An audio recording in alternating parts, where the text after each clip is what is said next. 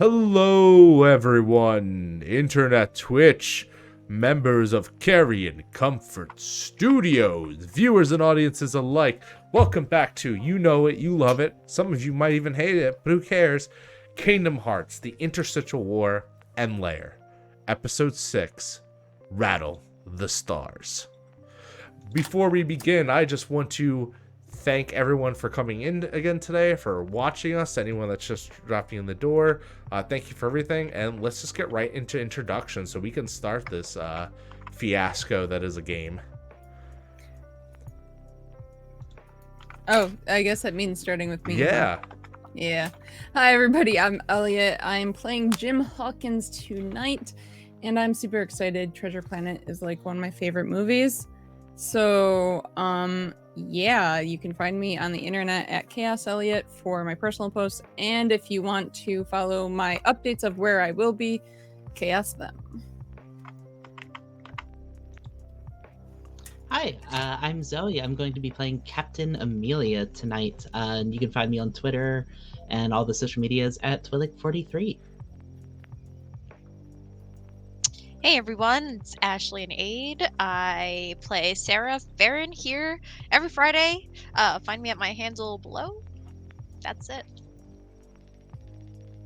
Hey everyone, I'm Leslie. I will be playing San today, per usual. And yeah, you can find me on Twitter at Leslie Wombat. Keep up with me there.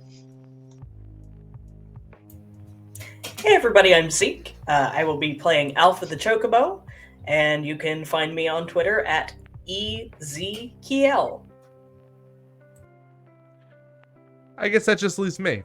Hi everyone, I'm your game master, Nick Francia. You can find me at Nobleman Nick. And with those introductions out of the way, what do you think, group? You think it's time to play some Kingdom Hearts Interstitial War and Lair? Can you say that 5 times fast? I probably can't. Kingdom Hearts Interstitial War and Lair.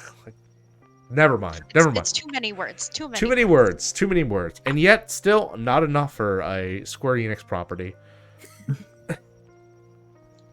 All right. Can anyone tell us where we last left our amazing group? You can't? Good. Awesome. Because neither can I. No, because I'm going to retcon us back a bit. Knows. Uh-oh. As you are flying through the ethereal space, we start out with just the dark, deep space of it all. The world's in between, as it calls, the ocean in between. You had just made your first victory in a long time over at Eastside High. You had danced, you had sung, you had stopped Jet and the Heartless and his pop trio. You even managed to cause some sort of convergence of kind, linking some of your previous worlds together. Something that was told in the prophecy by Master Strange. Master Doctor Strange. Master Doctor Strange, senior. Master Strange PhD. Yes. The worlds are colliding, as it were. And much like when the stars go out, you're not entirely sure why. But these things have a natural way of solving themselves. And all you can do is go on to the next day, go on to the next world, go on to the next proper fight. And that's where where you're floating in this ocean, in your gummy ship. Everything's at peace, and you start to see the stars twinkle into view. Stars of a foreign world, stars of a galaxy you had never entered before. What is on the mind on Sarah, San, and Alpha? Well, Sarah is still very exhausted from the last world. She probably kind of crawls up in whatever seat that she's sitting in and looks out at the stars for a bit. Kind of wonders what the next planet is going to be the next world, and how she's very determined to, complete her goal. But like as time goes on, and with the new development with this like third party, it's starting to take its toll, I think, on her a little bit. Just a little bit. So she's just kind of hoping that things continue on the up and up. It's a good thought process to have. What are you, San?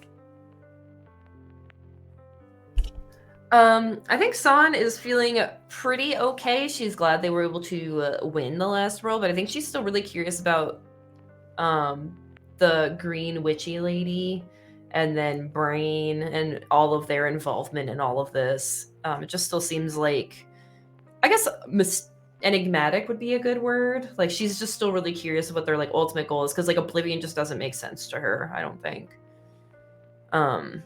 But yeah, so I think she's still dwelling on that a lot. I don't remember if she learned Maleficent's name or not. I don't think so. Nope, just Green Lady. Exactly. Green horned lady. And that's not a bad title to have. What about you, Alpha?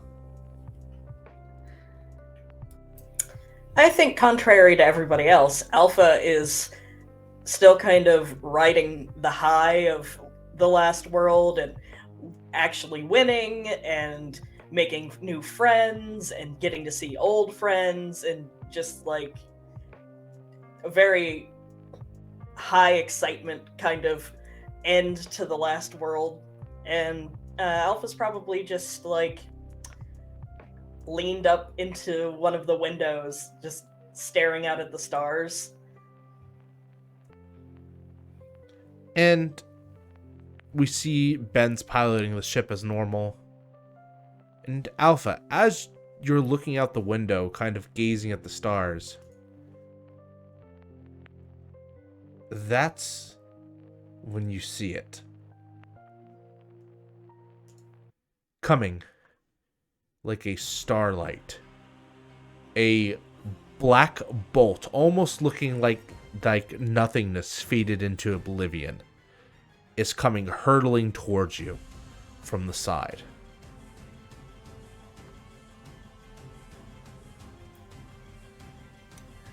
Alpha's definitely going to jump backwards from the window and flap his little wings, like getting little cartoon feathers all over the place, and let out a good "What?"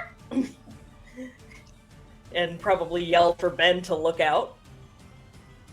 Ben pulls up, attempting to dodge, but is unable to as the bolt collides with the side of the gummy ship. And you feel yourself shaking, strewn across, as you hear Aelita even rattle a bit in her little, like, powered engine container. I think Sarah probably gets, like, tossed from her seat, and she, like, quickly gets up, kind of reaches a hand out for Mog, like, turn into her weapon. Kupo! And she asks Alpha, like, what is it? Who is it? Who's attacking us? You notice something strange about Mog. Uh-oh. Mog is, like, visibly shaking. Like he knows something's up. Great. Then instead of turning into her weapon, I think she'll, like, wrap her arms around him. Like, try to, like, comfort him a little bit. And ask Mog, do you know what it is? Kupo. Which you understand as another time, another universe. Sarah hates that.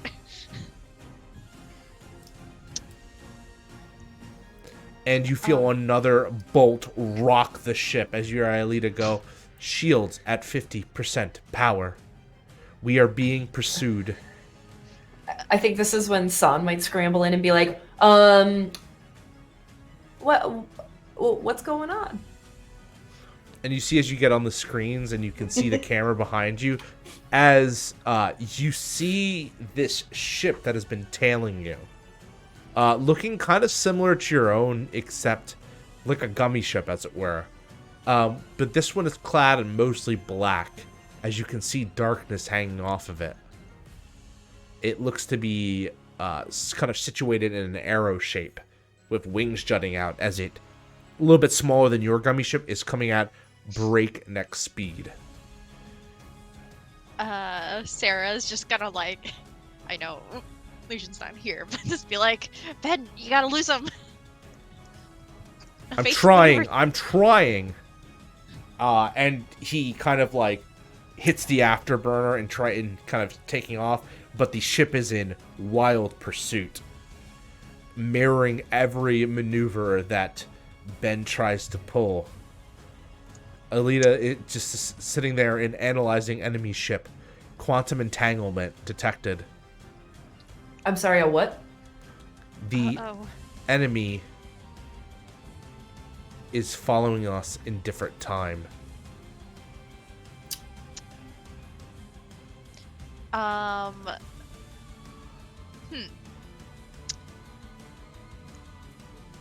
Can I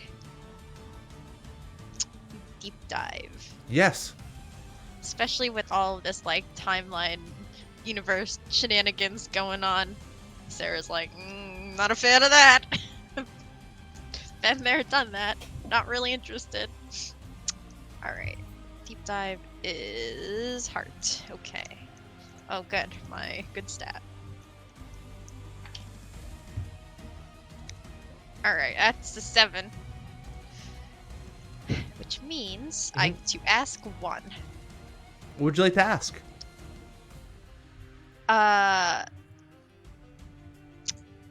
What is the best way out of this situation? Ooh. You can see as you're kind of drifting into the astral sea, you can feel it. There is a field of debris as the world you're about to enter. If you make it through there, you might be able to navigate your way through.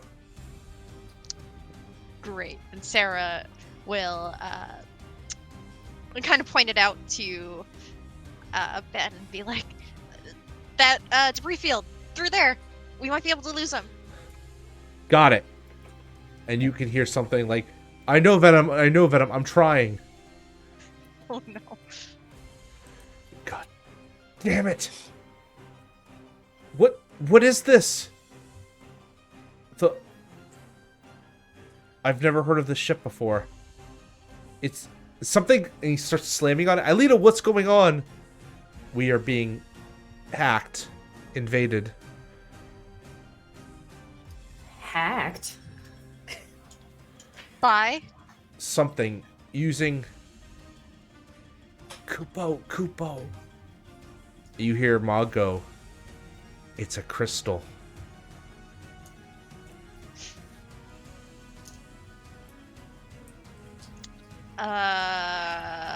Okay. Sarah. We were hit by attacks, but as far as we know, we haven't been, like, boarded or anything, right? You never in your entire, never in the history have you ever been boarded. Okay. So, I imagine there are, like, consoles, computers, whatever here. So Sarah's just gonna very go rudimentary. They got like levers and like little knobs. Yeah, go and like press some buttons and like try to find like what's happening, who the attackers are, if she can do anything to help, instead of just kind of sit there. You hear the like Cody comes up, a little image of me. He's like, ah ha ha, you didn't enter the right commands. Ah ha ha. Is it actually Cody or is it like the video? It's a video. It's not even a video, it's like a GIF. Oh my god. The password, what's the password? And Alita? you hear another bolt strike as Alita, her chamber goes silent, entering power safe mode. And the whole ship goes dark except for emergency lighting. Oh no. Are we still moving? Don't like that. It looks like you're moving out of, but you're hearing the engines kind of start to sputter. Okay, mostly like momentum taking us in whatever direction We're gonna go into the asteroid field. Ben says this. He's like, "What the? What is this person? What is it? And then you hear a incoming message.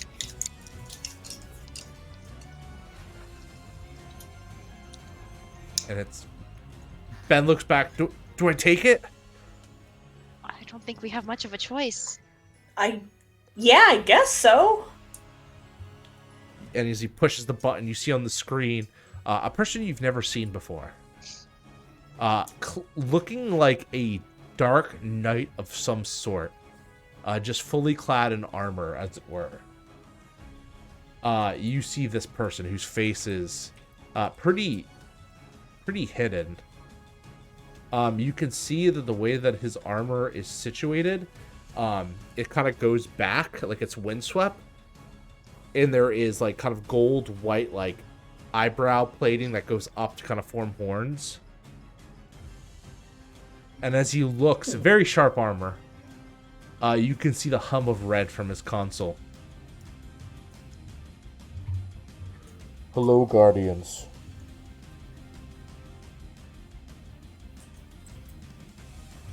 Hello? I've come to deliver a warning. Okay. Stop Go your on. pursuit of the Interstitial War. I'm sorry, who is this? That needs none of your concern. I mean, I think it's a concern because maybe I'll care more if I know who you are. You hear another bolt rock the system. As you can see, the shields have dropped 20%. That's rude. Guardians. I come in service of my master,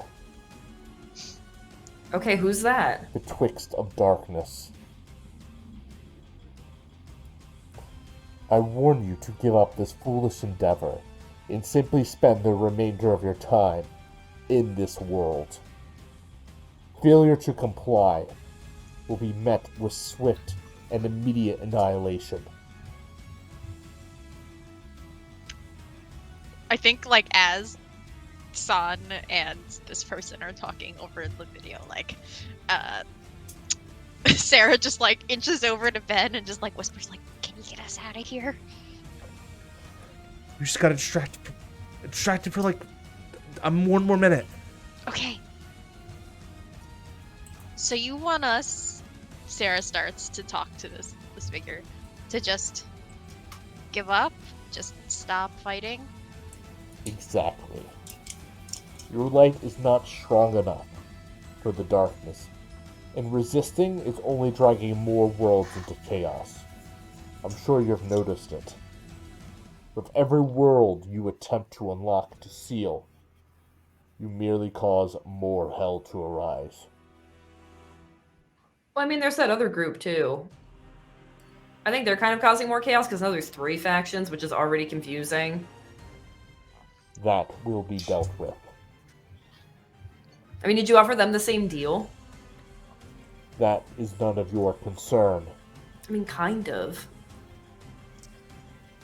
And you can see as you're Is looking, this really even a deal? Because it's just kind of like... Kind of more of an he never really order. called it a deal. It's more like a warning. It feels like just a blatant threat. And as you can see, you can hear Ben going, "He's right in front of us!" As you kind of see the ship hovering. But San, fire everything. Okay. Alpha, let's blow this guy out of the sky. And you can hear someone say, "No, I know it's a good idea. Stop telling me it's not." Son will hit all of the buttons in front of her. And you watch as you fire onto this ship as it's bathed in light of the exploding kind of like particles and embers and everything. And looking at it, you watch as, weirdly enough, as it hit, it doesn't seem to impact. And when you look at the kind of smaller ship, you see this kind of hexagonal coating over it that withstands. And he looks at you. where the ship kind of like the man in the video looks and goes, "That will not work."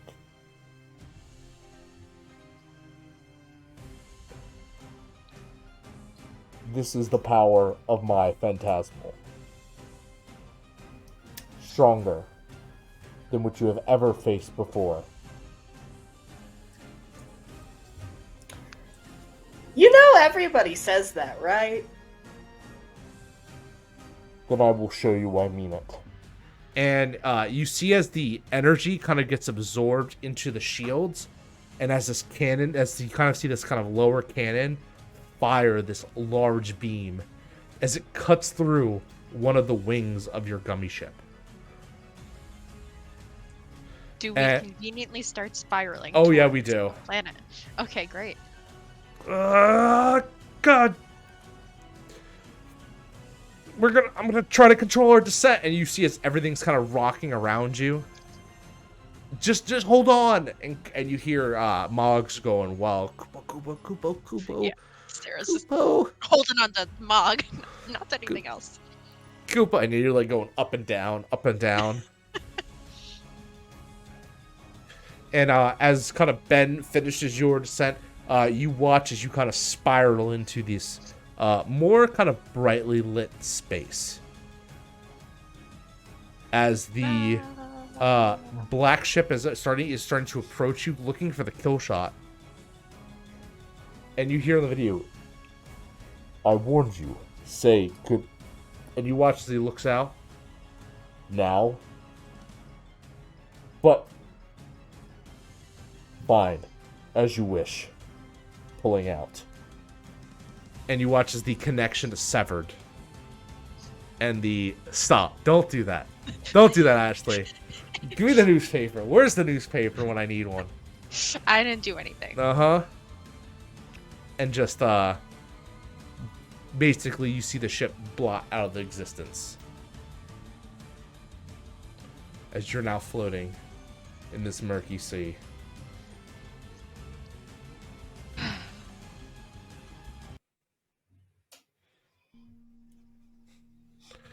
Alright, Ben says, leaning back. Who's not dead? Sound off. I'm okay. I think, Mog, you're okay? Kupo. I'm okay. Yeah, I'm still here. God. Dang it. There's fire. I'm gonna have to repair the ship. Just give me a second. And you see as Ben kind of sinks this chair, goes down below Is to the Eileen engine. okay? Yeah, it looks like she's just got knocked out. I'll work on it. Try to see what's going on. Okay. Did we like Okay. land somewhere, or are we just like You're just drifting floating in space? this really the space. Okay. Sarah's gonna go try to assess the damage as best as she can from inside. Stuff looks fried. You could tell from the external cameras that there is some heavy damage to the ship. Is there anything like actively on fire inside? There's a few. Okay. Thank you Sarah for the will- tip. Aw, thank you. Sarah's gonna just like, I don't know if you want me to roll for this, but just like conjure some water to try to No, that's like, that's put out fine. the You're fire. just attempting to put out the fire. Yeah, you're Yeah. all probably doing your management. And we're gonna kind of switch the scene for a second.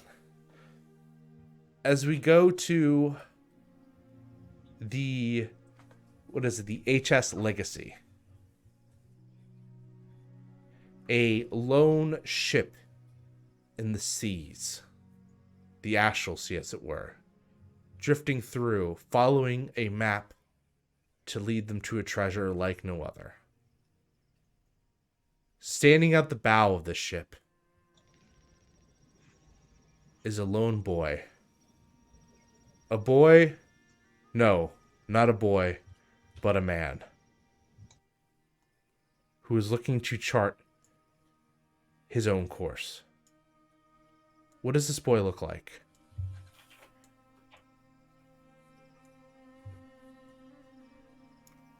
Now I'm unmuted. Um, so this boy has short brown hair, it's kind of like an overgrown undercut at this point. It's been a while, and he's got like a black leather jacket, and he's actually holding a ball in his hands, and he's just kind of looking at it, like, and then just looking around, and then just puts it back in his pocket.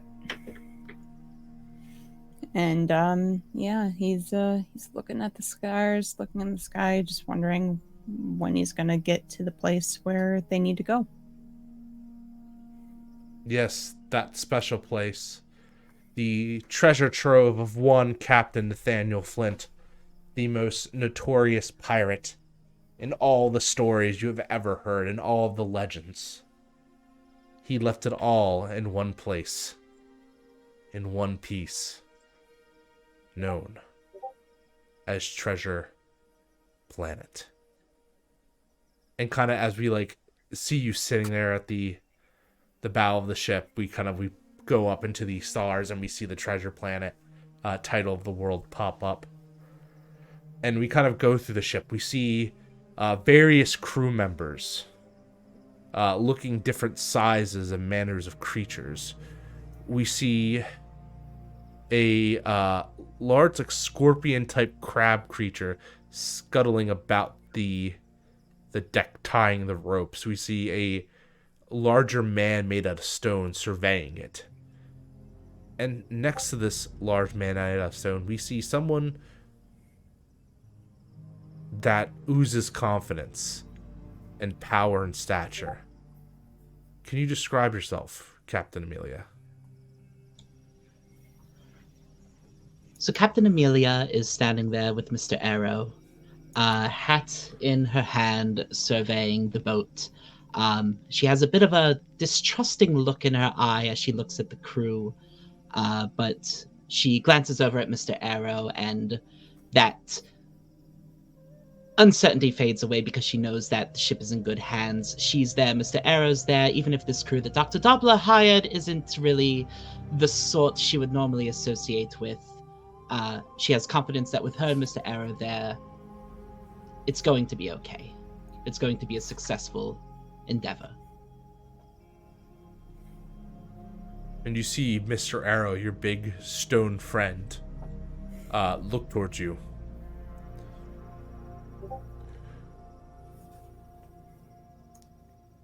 You do not believe that, perhaps this is just a wild goose chase for treasure that does not exist, Captain? Well, that may be, Mr. Arrow.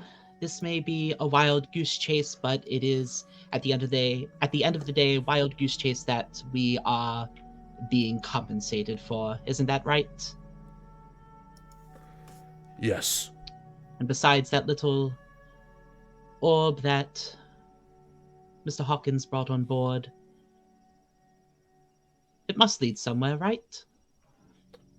Do you think it is safe to entrust such a rare artifact to that young lad? And she, narrows her eyes as can she see Jim where she's at? Yeah, because you're kind of on the, top, by the, by the wheel. Perhaps you're right, Mr. Arrow. I should probably confiscate it from him and keep it somewhere safer. Goodness knows we don't want any of the other crew members getting their hands on it. Like that Mr. Scroop fellow. And she, looks over to see if she can see Mr. Scroop anywhere. Scroop is up in the crow's nest, looking, as you see him turn for a second and kind of call down. I see something ahead. What do you see? It looks to be a wreckage type of ship I have never seen. I think Captain Amelia looks at Mr. Arrow and says, a wreckage? Something unique, perhaps it would be worth stopping and investigating this. We may find someone in need of help. Order the crew to pull ashore to the wreckage, and we will extend a bridge and see if there is anyone in need of our assistance. Of course, Captain. And he goes in. All right. You heard the captain. Diverge to the coordinates listed by our spotter. Set anchor and find out what exactly this is. Come on, get up. We don't have all day. And you hear, Jim, you hear this. I hop down from the the probably most dangerous part of the ship to sit on and head back to territory that's probably more stable to stand on. You have on the deck or just the main deck of the ship as everyone's running around and kind of getting ready. And you can hear the kind of coming from across the deck exiting. Sorry. What? Jim, my boy. What's going on? As you see Dr. Delbert Doppler, the family friend who has accompanied you. What is going on? They're turning course. The creepy one said something about seeing something, and yep, things are changing. We're going in a different direction. There's something that was seen. The creepy one. As you kind of hear something scuttle behind you. Oh my! A wreckage, you say? A sort of. Yeah. What is it? And he's kind of leaning over the side, craning his neck. Jim puts a hand on the back of his coat to make sure he doesn't fall off. And as you all get closer to the ship, you can see it almost looks to be kind of like what you would imagine a toy ship would look like if it had a lot almost lifelike proportions. You see something that's kind of close to the size of a schooner. And just like a 4-person ship of some sort. I think that's a schooner. I'm not sure. Any pirate heads in the chat, tell me if I'm wrong. And it almost looks to be solid, bright colors that you've never seen before. It looks very interesting, different from your ship, different from the RLS Legacy. And it's partially has smoke coming out of it. I think Captain Amelia would have come down onto the deck at this point and joined Jim and Dr. Doppler. Oh, Captain. Doctor? Mr. Hawkins? We stopped. We found some sort of ship, a rescue, perhaps? Yes, it seems that we've noticed a strange wreckage in our path. We are stopping to see if there is anyone in need of assistance. This is still a naval ship after all, and I am a naval officer. It is my duty to help those in need. I'm sorry, but we will have to delay the journey just a tad. Shouldn't take too long. And as you board kind of across this ship, Sarah, as we switch back to you, you can hear rumbling outside as something is getting closer. I look out the nearest window. And you can see this looks like a large pirate ship, like naval ship, like from olden days, just sailing through the space, just coming towards you. Alpha, Son, Ben, I think we have company. You guys need to deal with it. This ship, it's got too much. I need a repair. I need to stay here repairing it. This thing could blow if I don't work on it now. Okay. Alpha, Son, Alpha's gonna peek out the window and say very loudly, "That's such a big boat!" Let's hope they're friendly. I mean, friendlier than the last ones, right? They haven't actively attacked us yet, so I think that's probably a good sign. Very fair. I think Sarah's going to try to like discern where they're gonna like if they try to board, where they're gonna like go on so that like they can meet these strangers. And do you like open the main like cockpit, like the windows, and like get out of the ship? Oh, I forgot this was like cartoon logic where we can Breathe in space. Well, Space. you've never done it before, but that might be a concern. Yeah, I mean, I think the idea would be that they, at least Sarah's plan would be that they just kind of chill while they wait and see what happens. Mhm. Like, And as the ship kind of pulls up closer, Captain Amelia and Jim, you can see that through the kind of glass that there are people moving around in there. That's a real ship. That's not. It almost looks like a toy. Yes, it is I've very. Seen that. Neither have I. Captain, they're survivors. We should proceed with caution. We don't know who these survivors are. We don't know why they've crashed. We don't know what they may be after. We should bring them on board and keep a close eye on them. Very well. Prepare to board. And you hear people go, prepare to board, like sounding across. Captain Amelia turns to Jim and says, Mr. Hawkins? Yes. I need to take that map from you and put it somewhere safe if we're going to have strangers on board. And he hands it over. And she takes it and just like kind of looks at it in her hand and says, perfect. I will go lock this up, and then whoever these people are, remember not to blab about what we're doing to You them. don't need to tell me that. Tell the doctor. Oh, believe me, Dr. Doppler was next on my list. Good. I would never say anything such. Yes. And she just like holds up her hand and sips it and says, not a word, Doctor. She smiles and says, I'm going to go up to my cabin, lock this up. I will be back momentarily. And then she's going to go do that.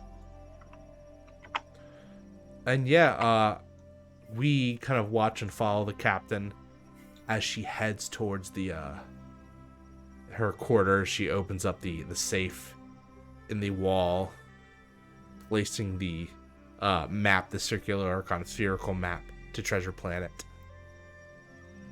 and locking it tightly. And she turns around to make sure none of the crew members were following her, and then she'll go back out to the deck. Yeah, it doesn't seem like seems like everything's okay. Everything's Good. fine. And you watch as the boarding party kind of comes through, and we gotta switch over to Alpha San Sarah as you see several people begin to climb onto the ship, knocking on the glass. They don't seem to have any sort of suits. They seem to be breathing. oh, okay. I think Sarah, do they have weapons? Probably at their sides, yes, but not like immediately drawn. Okay. I think Sarah goes to like open the latch or whatever. Because I mean they're gonna get in one way or another, so might as well just let them in. What? You hear Bang chirp. What's going on up there? Sorry, what was that? You hear Ben going like, "What's going on up Ben. there?" Okay. We have company. They seem okay? Question mark? Okay, don't let him know I'm down here. I'm gonna keep working on this. Okay. Then Sarah will kind of like hold Mog close as she Cool, prepares Bo. to face these people. And It's okay, Mog. as these people, you hear that thick thing go up like tunk tunk tunk tunk. You see a whole matter of people of like and animal-like creatures. They look at you from Sarah to San to Alpha, and you watch as you're kind of offered hands to be brought out.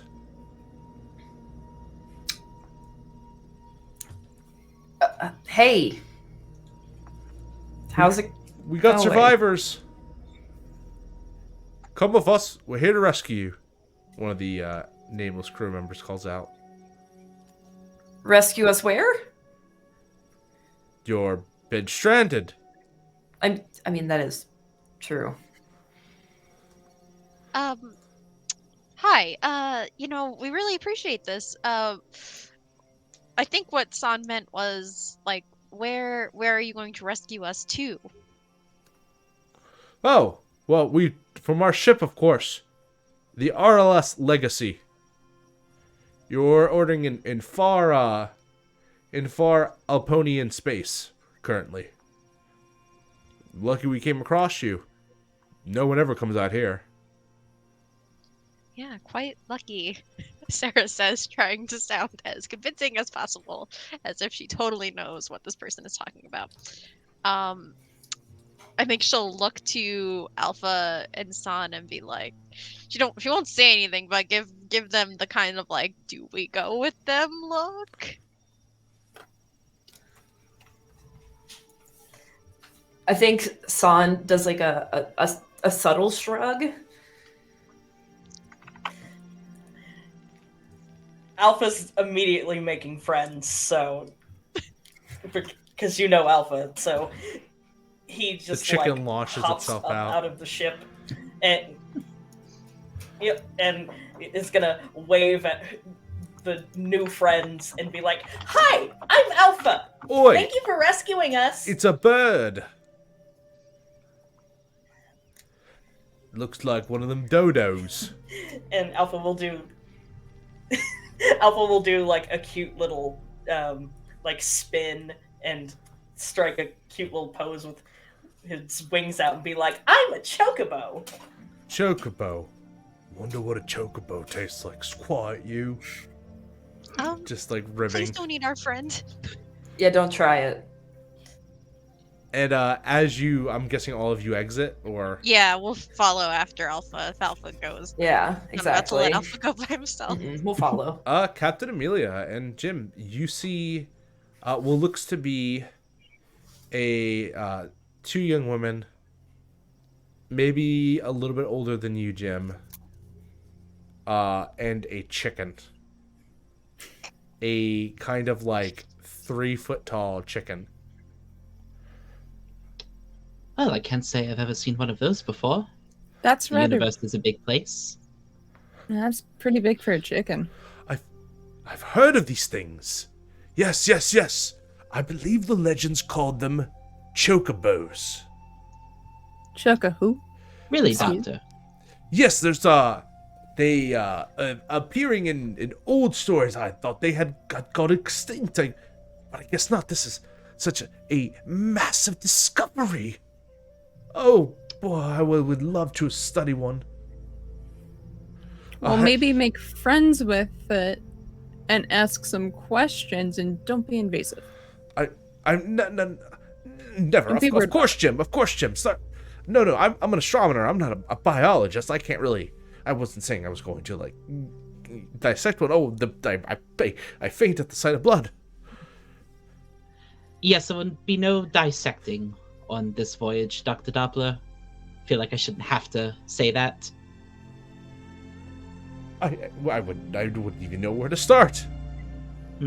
And as they're let out, Sarah, Son, Alpha, just to show you some of the more notable members, you see someone that looks about like San and Sarah's age, boy, dress leather jacket, the kind of brown bushy undercut come to life, a little bit of a ponytail on the end. Standing next to some sort of anthropomorphic dog, looking like they could be in the same family as Max, perhaps. And then one that seems to be a cat that stands with like very pristine and proper, looking to be in a power pose most of the time. And then next to her, this giant hulking man of a rock, dressed rather elegantly in naval clothes as well. And you even see skittering around the edges this scorpion creature, looking like a crab and a scorpion mixed together.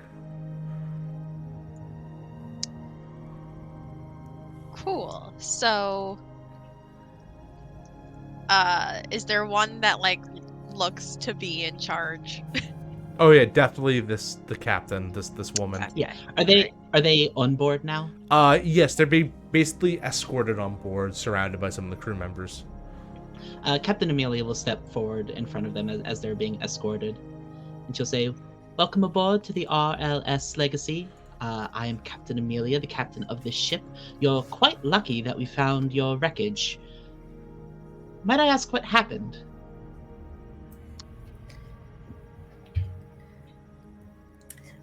I imagine you all look Alpha to each having other. no filter. Yeah, Will like they all just look to each other and just like. yeah, Alpha having absolutely no filter is gonna be like, yeah, this mean guy in a black ship tried to blow us up.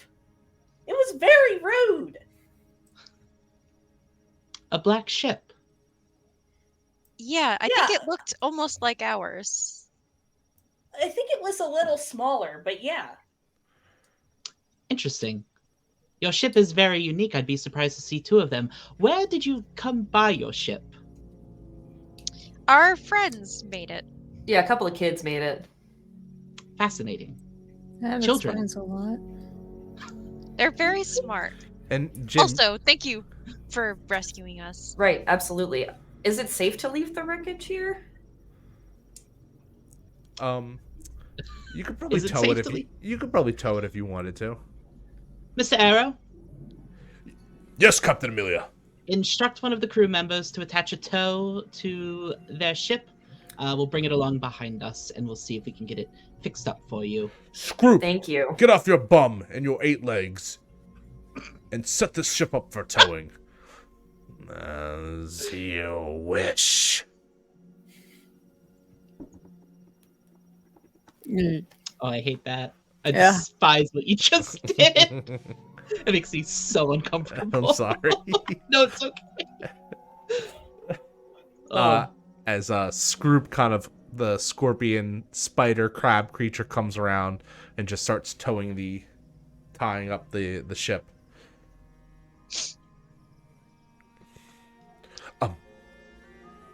And the large stone guy just eyes you all very suspiciously, but remains by the captain's side. And Jim, you don't know, but you just get the echoes, the words of Billy Bones' words in your head. Beware the cyborg.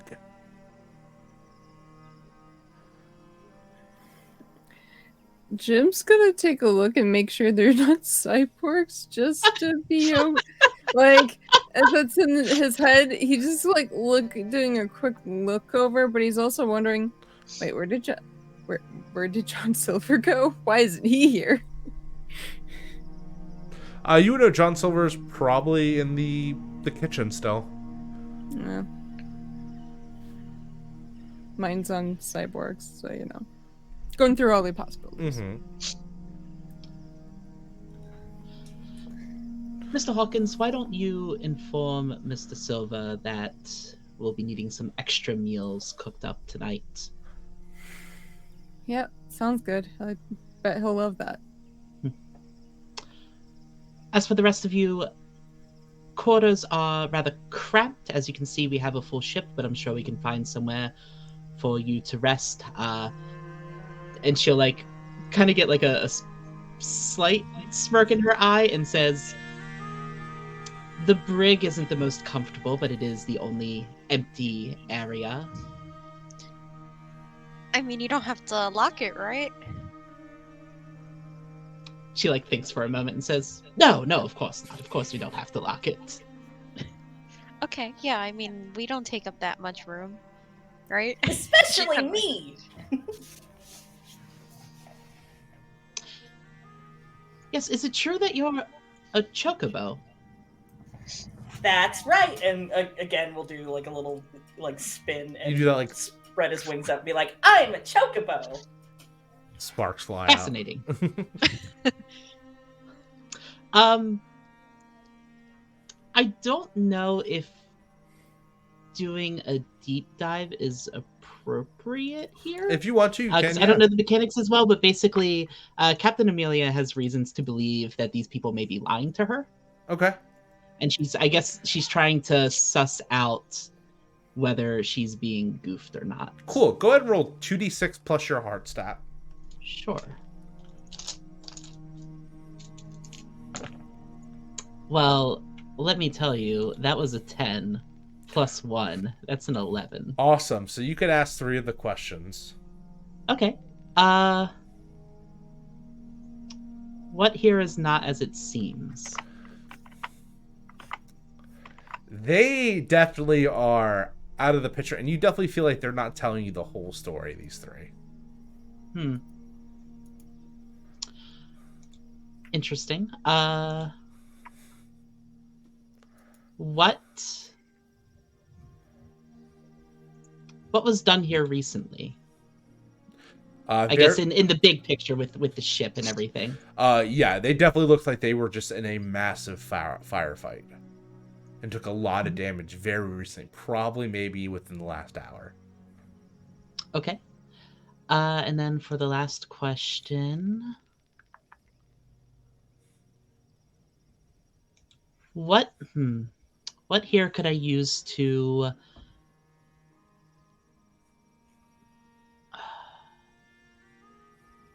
this may not work. What here could I use to get more information out of them?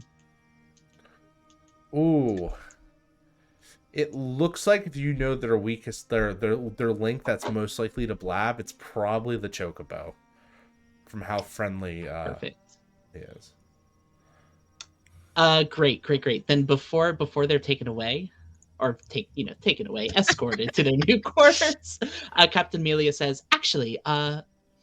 Chocobo, what was your name?" My name's Alpha. Mr. Alpha, it's a pleasure to meet you. I have a colleague who would be most delighted to make your acquaintance if you would like to follow me before joining your friends. Oh, okay. That sounds awesome. I love making new friends. Sarah looks very worried. Perfect. I will...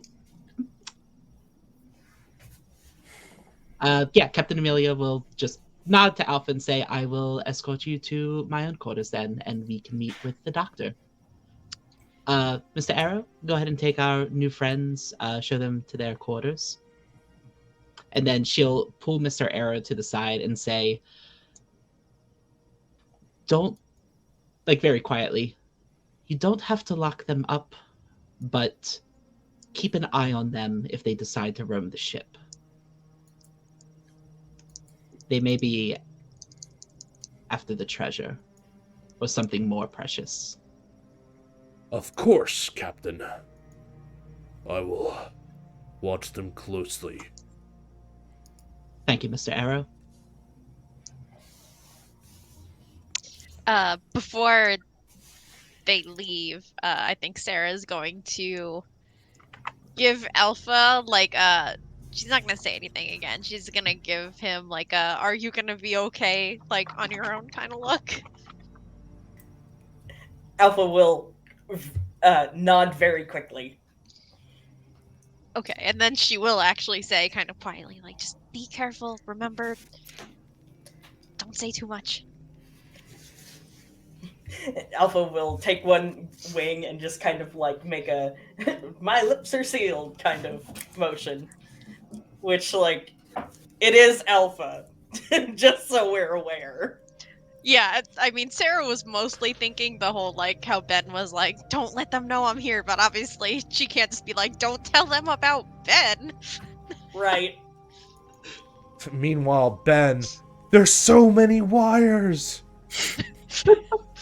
Don't connect the wrong ones, Ben. How Oh, many gosh. blocks are there? And we like see him open up like a thing, and just blocks fall on him. And we cut back. We're gonna cut to Jim. Yeah. Jim, as you kind of go downstairs, you can smell something hearty and warm and very savory cooking. Probably some of that special stew that you've been hearing about that has been kind of padding out your days. As you hear something whistling and another like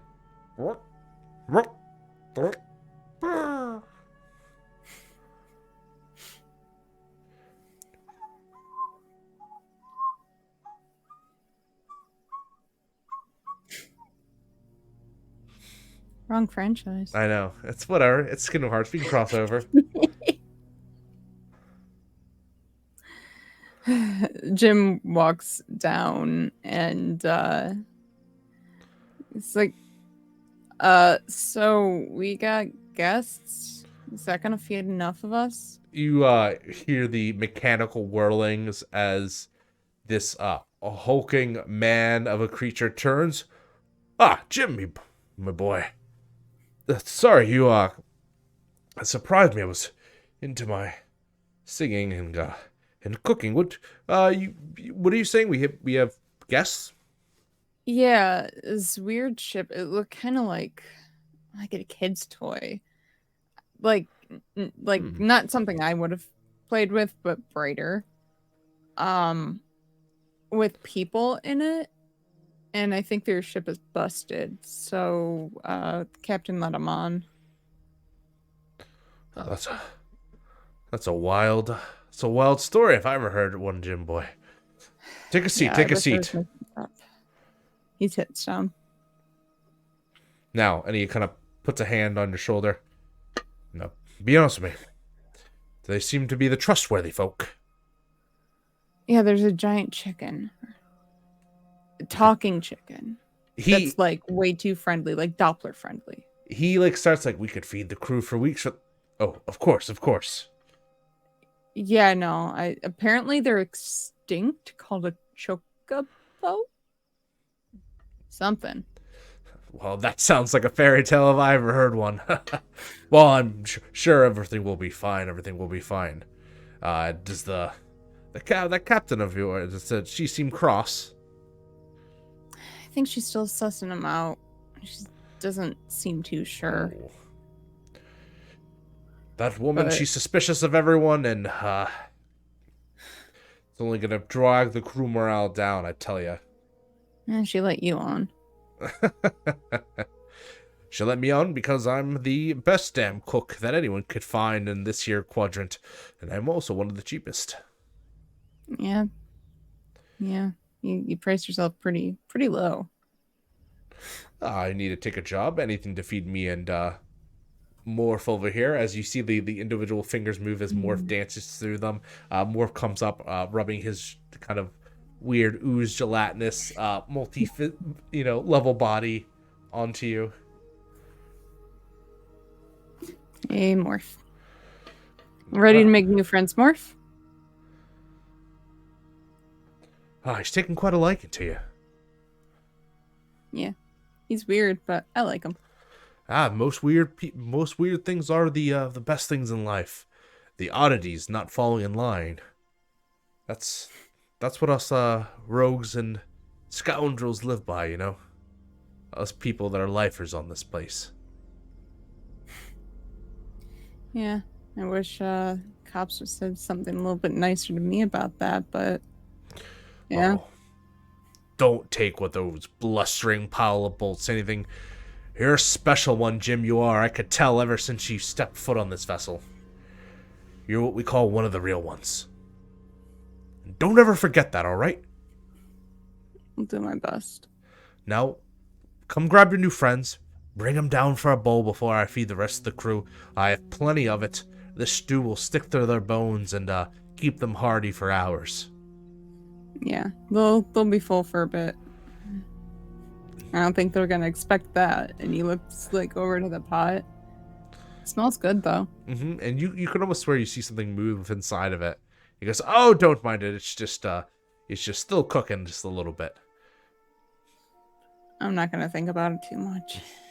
And don't let the captain bring you down. We're all here for goodness. Everyone, we got good in all of us. All right, Jim. Yeah, come on, Morph. Let's meet some new friends. The morph has such a weird noise that I can't make perfectly. Yeah.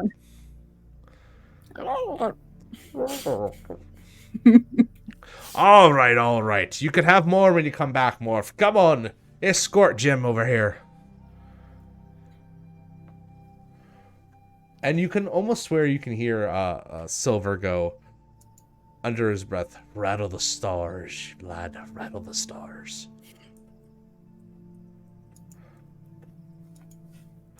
And yeah, you head back up. Just as we get to Captain Amelia and Alpha, you're entering your office, I'm assuming?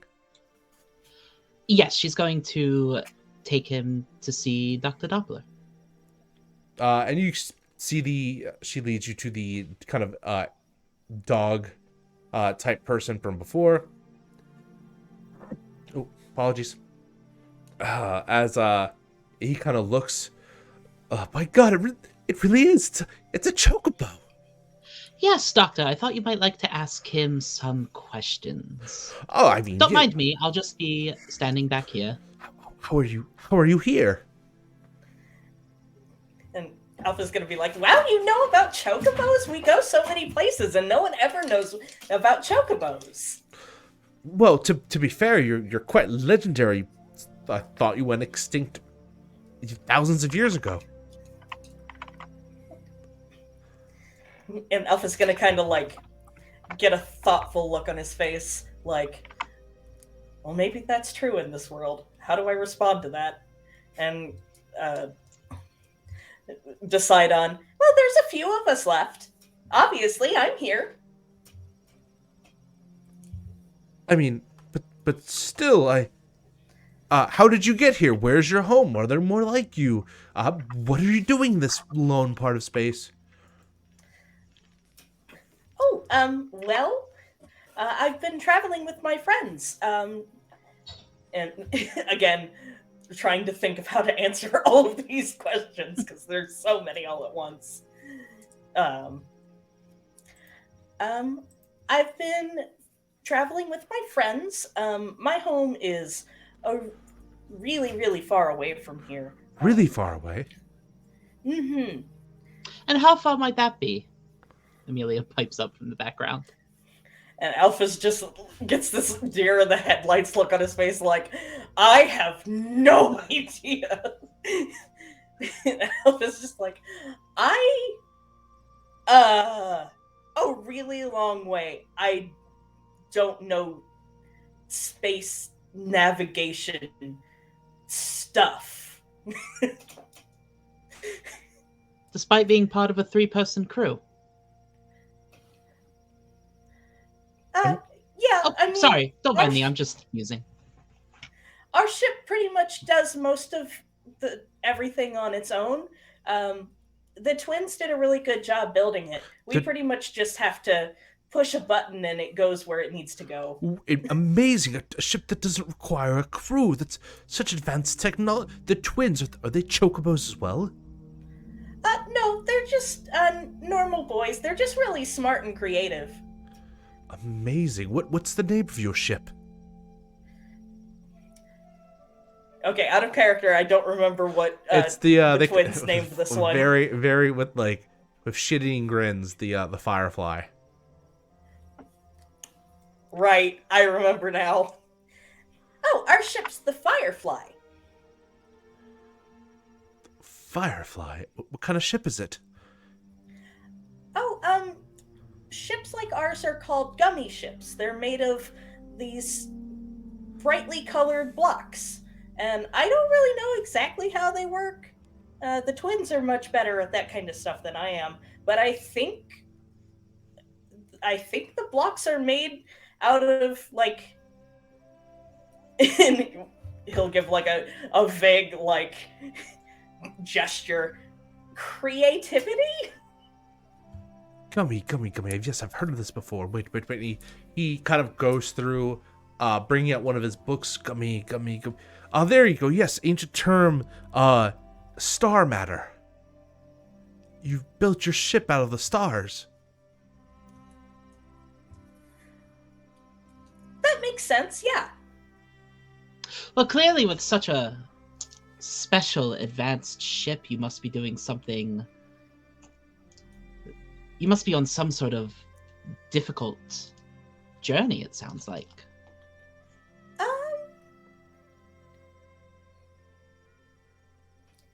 Yeah. I mean, it's not really so much a journey, I guess, is we go where our boss, his name is Master Strange. We go where he tells us to go. What a strange name. Hey, Nick? Yes. Was Captain Amelia told that name? Yes, actually. Cool. What was she told about? She was told that Master Strange was a person definitely to be wary of. And that he would bring the Interstitial War onto your doorstep. Cool. At hearing that name, Captain Amelia just immediately frowns and her entire posture changes as she just watches Alpha very closely.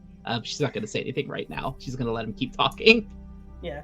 And Master Strange tells us places that we should go because people need help there.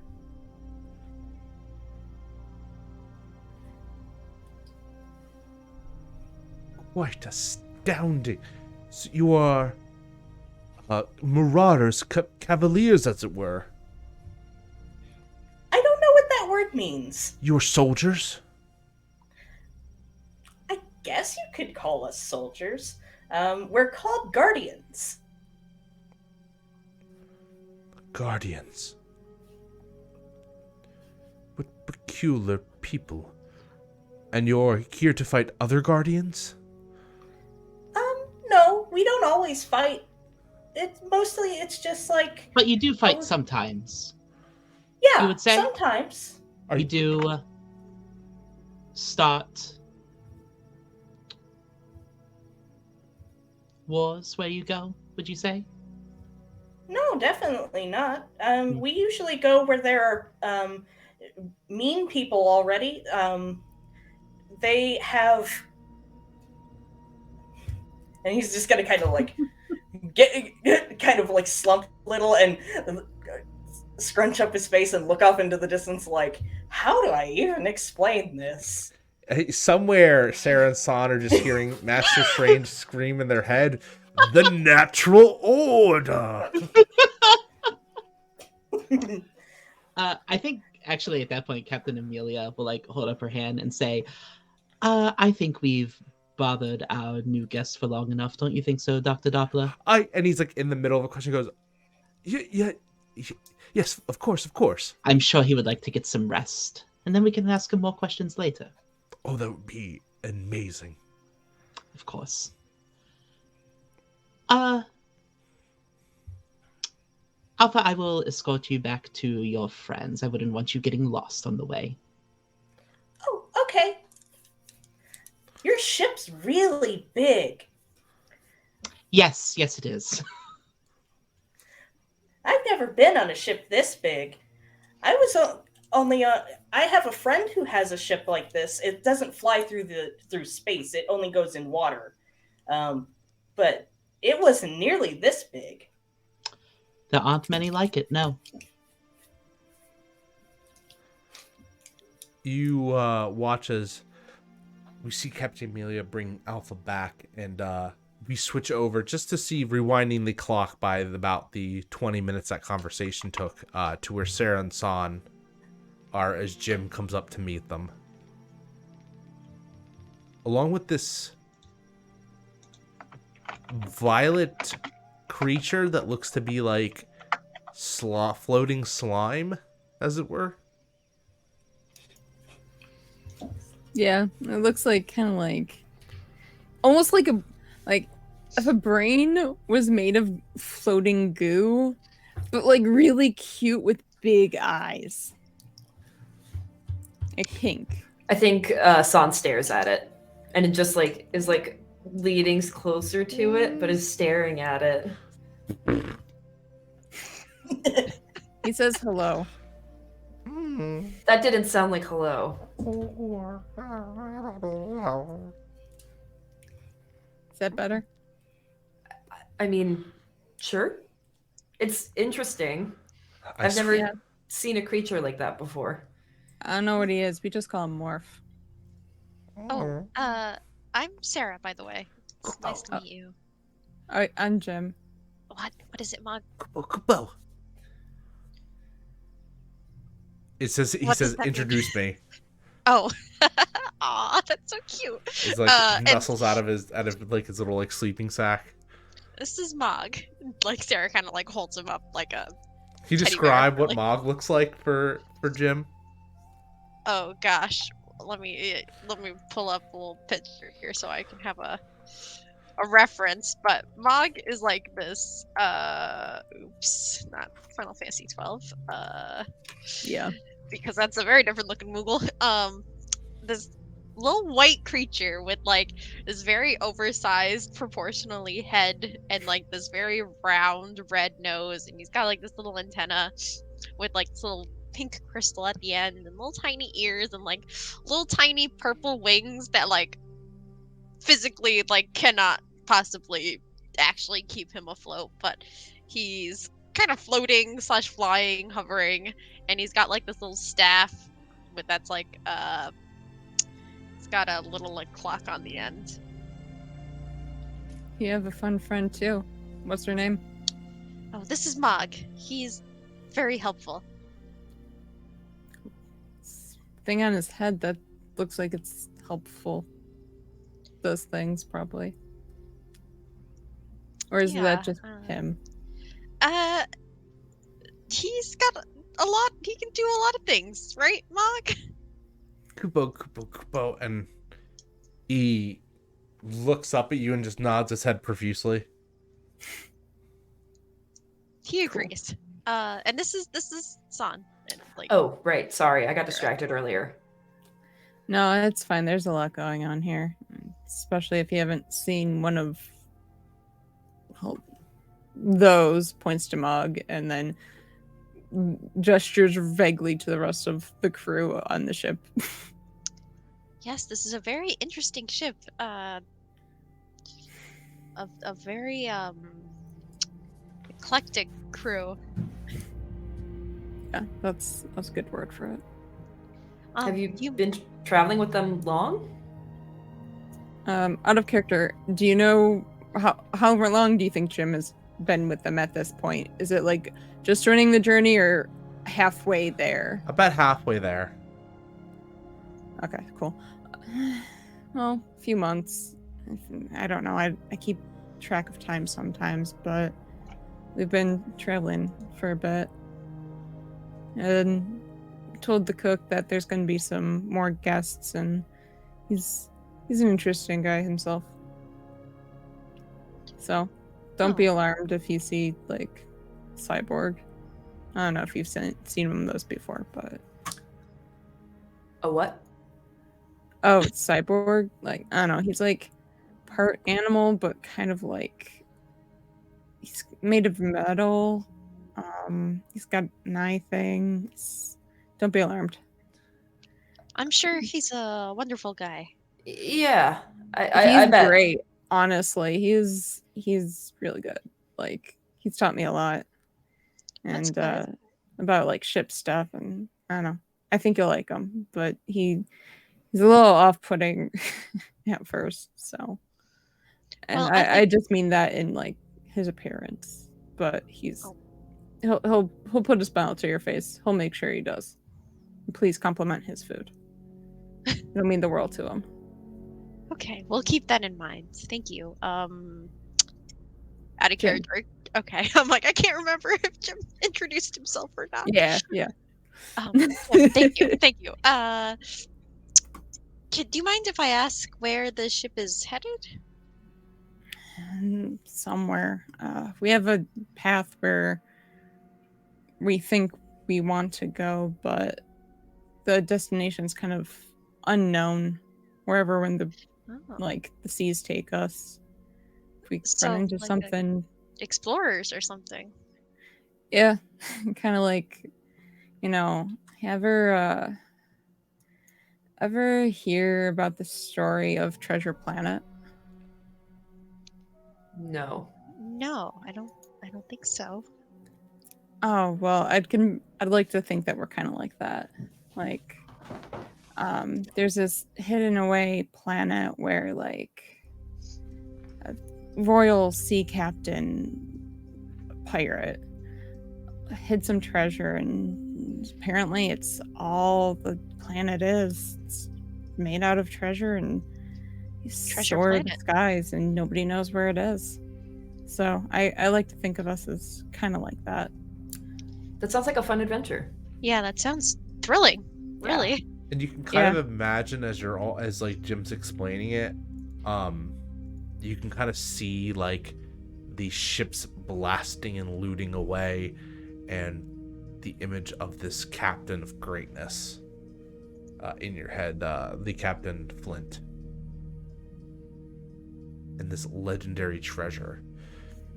And Jim, you would also know an additional part of the legend, which is... I'm not saying that it's real. I'm not. No. You would also know something that wasn't in the... not in the original movie, but you would also know that apparently one of the treasures is something so sacred that it was only known as the heart.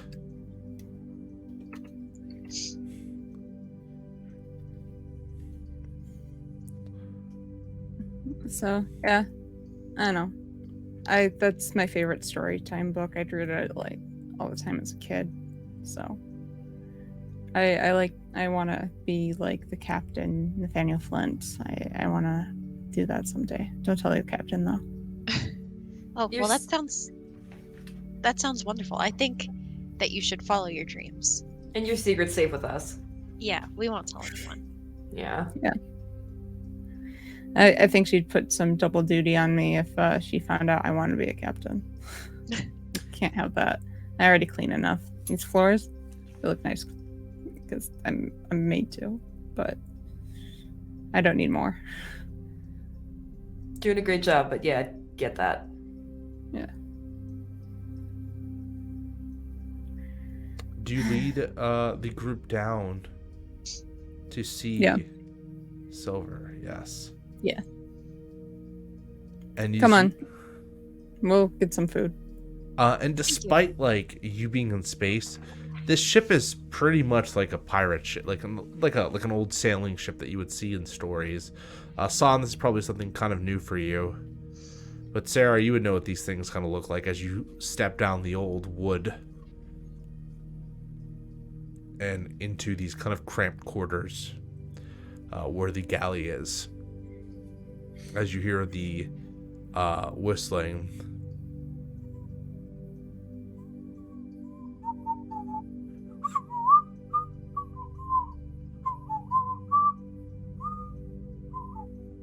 Oh, Jimbo, I see you brought your friends.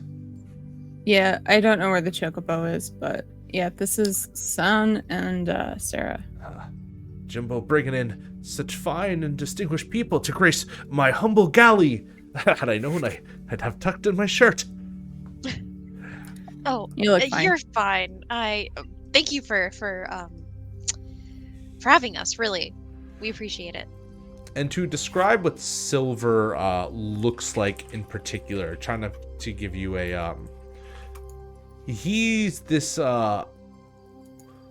portly gentleman. He has like the cook's aprons on, the like striped pants, and the kind of like kind of dirty stained old sailing shirt on. a bandana wrapped around his head, kind of shining the fact that he really doesn't have any hair. Great thick jowls of like 5 o'clock shadow, looking to be some sort of animal, but you can't really tell who. A cybernetic eye accompanies one of his sockets as it extends onto his temple into partially his cheek. A robotic arm that seems very rudimentary, with the fingers being these long, kind of skinny metal, like tube-like exteriors, and a metal kind of pneumatic peg leg. Pneumatic. There we go. That's the word. And he walks up, and every move being like this. Shirt. Why? Pleasure to make your acquaintance. I am John Silver. And he extends his hand out. Sarah will take it and give it a Gives you a big shake. friendly shake. Say, Sarah, nice to meet you. And IT. And then turns this on. Extending his arm. Yeah, San will shake his hand. San. John Silver, here at your service. Jimbo over here told me you had a little bit of an accident. Yeah, we were ambushed, so I know our ship is in pretty bad disrepair. Well, I'm sure the crew will be able to help you on the long way, and, giving us upon this journey, it's of such importance. I dare say it was fate for you to arrive here on this vessel. Yeah, we really appreciate everyone here helping us.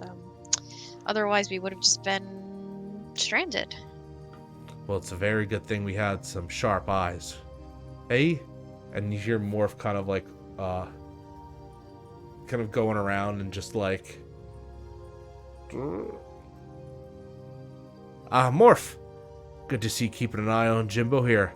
Wouldn't want him straying to things he shouldn't. And he gives you a wink, Jim. I went back. Yeah. I think Sarah looks over to Jim and asks, "Do you often get into things that you shouldn't?" I try Not in to a make it. judgy way, but a curious way. I try not to make a habit of it.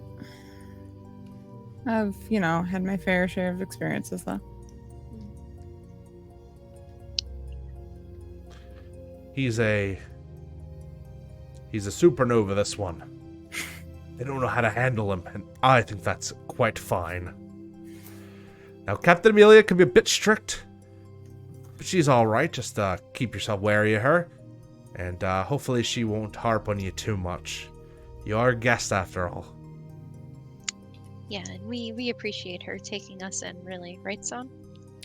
Absolutely. I mean, we would have been in pretty rough shape out there, so we'll be behaved. So I gotta ask, what were people like you doing up in the deep space like this? How'd you get yourself stranded? I mean, we were just... I don't think Sarah's a very good liar, but she's really gonna try. We were just traveling, and we were attacked out of nowhere. I guess we should have expected that being so far out would be dangerous. Probably should have, but there's not really time for that. We do what we must. And I feel like at this point, we hear Alpha start to walk into the galley. And as we do, Silver exclaims, "By God, is that a giant chicken?" And I think there is a good point to take a quick 5-minute break in recession, get some water, do a bio break, and we'll be back with more Kingdom Hearts: The Interstitial War. See you in 5.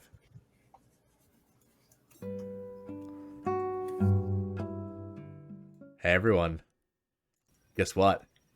We're back with more Kingdom Hearts: The Interstitial War. And Lair. Episode 6. Rattle the Stars. I just want to tell you a joke really quick, audience. Knock, knock. Who's there? Who's there? Your favorite Who's show on the channel, Kingdom Hearts: The Interstitial War and Lair, and we're always going to be here for you. All right, back to it. Alpha, you enter, and that stuff happens, and John Silver's like, "That's the biggest chicken I've ever seen." Alpha's going to, of course, be like, I'm not a chicken, I'm a chocobo. And trot on over towards where everyone else is standing. Nick, was Look I and still with... look back to see what Amelia does. What's up? I was gonna ask if I was still with Alpha at this moment.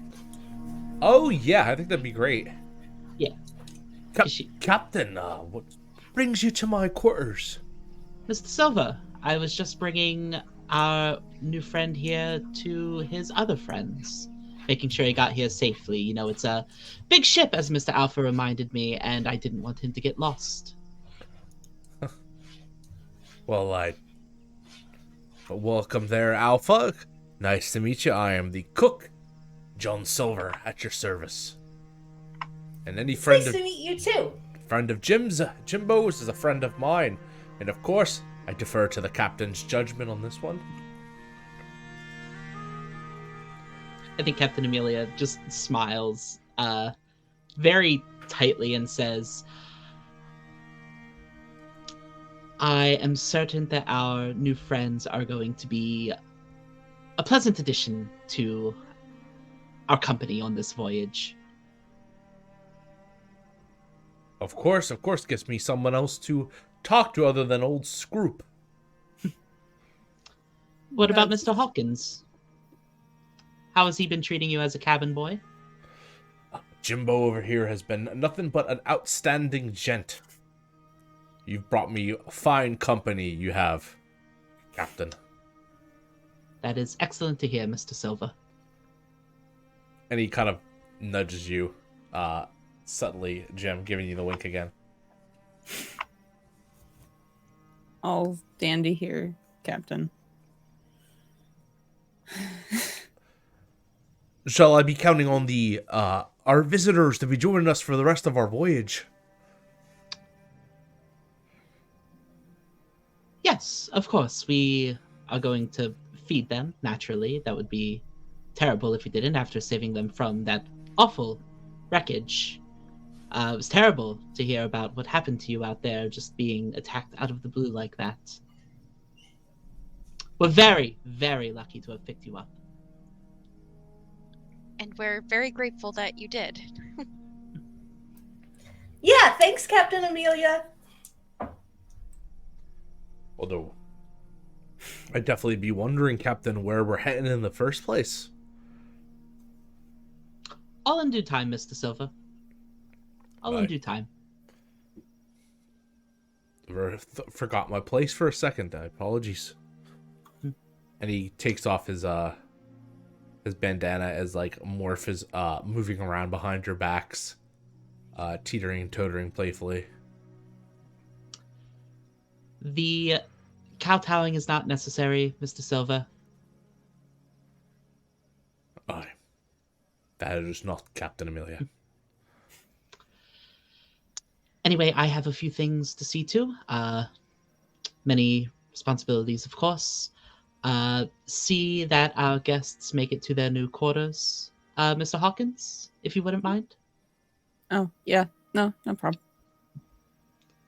And Captain Amelia is going to look at the newcomers for a moment, just like taking in each one, and then quickly turn and just kind of start acrobatically leaping up the ship back to her quarters. That's As she leaves, Alpha's going to wave at her and be like, bye, Captain Amelia! Now, I heard a lot about this this meal that you've created, Mr. Silver. I look forward to trying it. Oh, now it's been you do me bashful, you did. But I do believe I have some sort of what you would consider to be a great cooking. Excited to try. Of course. Why don't I'll give you a bowl. You must be hungry from after that wreckage. Let you eat before the crew does a little bit of sneak peek. Jimbo, do you want Where's- some? I say yeah, but also where's Morph? Morph is... Oh. Where did Morph go? Yeah. You're not entirely sure. Oh no. Don't Good. worry about him. That wee thing will just playing around somewhere probably. Yeah. That's all right, Yeah. Jimbo. It'll be okay. Okay. And I just take a bowl. And he starts like filling this like kind of, it doesn't look that great, but it smells savory and warm, and it's probably the best thing you've eaten in a while, because you can't remember really the last time you actually sat When down was the and last ate. time we Right. actually I ate? don't- Yeah, you don't necessarily have Probably to eat. just Your like being's a pure light, so you don't really eat usually. just a being a pure light over here. Yeah. Jeez. I didn't realize we didn't have to eat. Well, when's the last time you eat? Can you remember? Can you in this entire No. campaign? No, I assumed I'm like pretty on the sure we ship at ate some with point. Moana and Maui. I think we also ate at Spirited Away. You ate cafeteria food, but that really wasn't that good. Cafeteria food. Anyway, while they're eating, I think Sarah's gonna ask Alpha. So, how was your talk with the captain?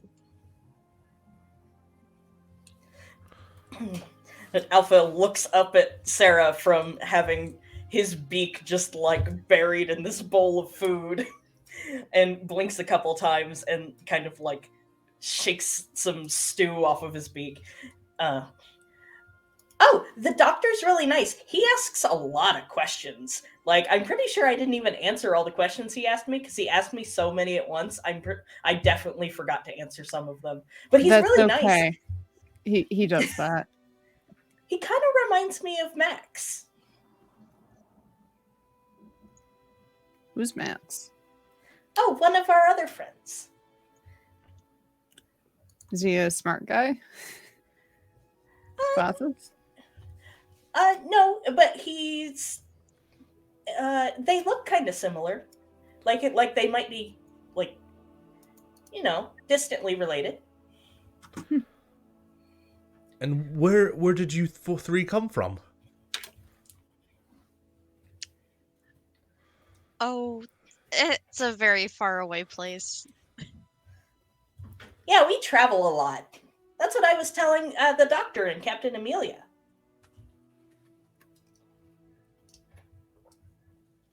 Traveled. I remember I traveled. Lived long and far from here. But I had to give that all up.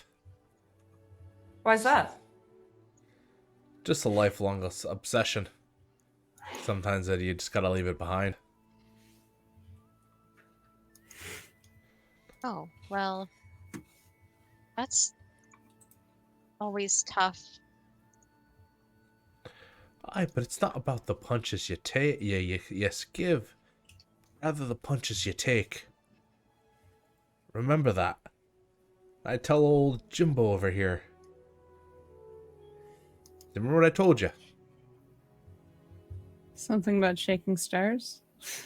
Exactly. I said to him one night, much like this, as he kind of gathers around, you can kind of feel the festive mood sitting and stirring. I said, Jimbo, you got the makings of greatness in you. But you gotta take the helm. You gotta chart your own course. Don't listen to anyone else. Stick to it, no matter the squalls. And when the time comes, you'll get the chance to test the cut of your sails and show everyone out there what you're made of. And with any luck, Jimbo, Yes. I'll be there. Catching some of the light coming off you that day. He has a way with words. Well, he's got a So. point. You should always follow your Alpha heart. is looking.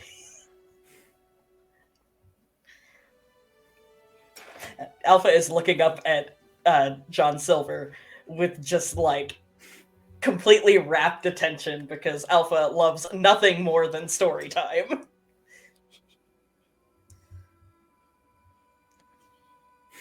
Yeah. It's good advice, but yeah. No. I try to remember it. But there's indeed a time and place for everything. Remember that. And we cut to Amelia as you stand with Mr. Arrow. Oh, unless you wanted to go somewhere specific. I'm sorry. Amelia was going to go write a letter. Of course. We kind of follow you back to your office. Yes. What do you write? Amelia takes out her stationery and her pen, and she writes a letter informing. Do you want the full details? The full contents of the letter right now, right here? You could you could hit me with the bullet points. Okay. I mean, the specific details. I don't know how much needs to be. No, you can go ahead and say it. I think it's good. I think Cool. we can, as an audience, yeah. we can hear it and Great, not meta. Great. So Captain Amelia takes out her pen and stationery, and she writes a letter to Phoenix, who came to her and informed her about the Interstitial War and the interlopers that might appear. And she writes a letter telling Phoenix that she has found them and they're on her ship, and she's keeping them under close watch, and that she is going to try to protect the heart of the world from them at all costs.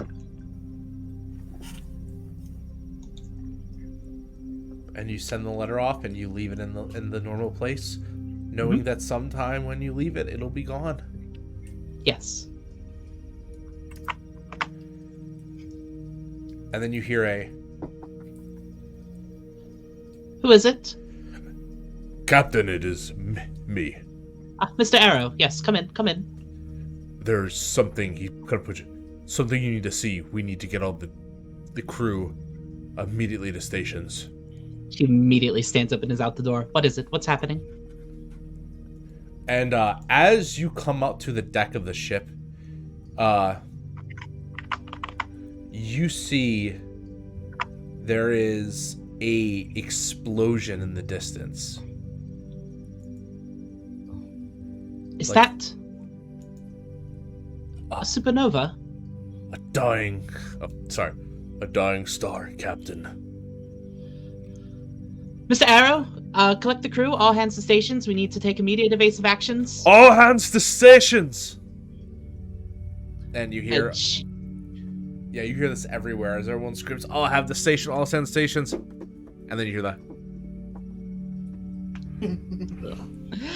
And Captain Amelia is going to slide down one of the masts back towards the Mr. Silver's quarters, where the new people presumably still are. And assuming she's able to just swing in there and immediately start shouting, she's going to say, all right, playtime's over. We need to get you all down below to the brig. We are encountering some rough waters up ahead, and it'll be safer for you down there. Is there something you could use our help with? Are you trained ship... Words. I am trained. Have you ever been on a ship before? No, absolutely not. And probably not. It's all right. We have... And she, stops herself from saying one of the best crews. We have a crew here to help with this. It should be fine. Okay, well, I guess if you need help, we'll be in the brig. If you need any help, you know where to find us. Yeah, I mean, we're pretty good at following directions, but yeah. Good luck. We'll be Where in the should I brig. be, Captain?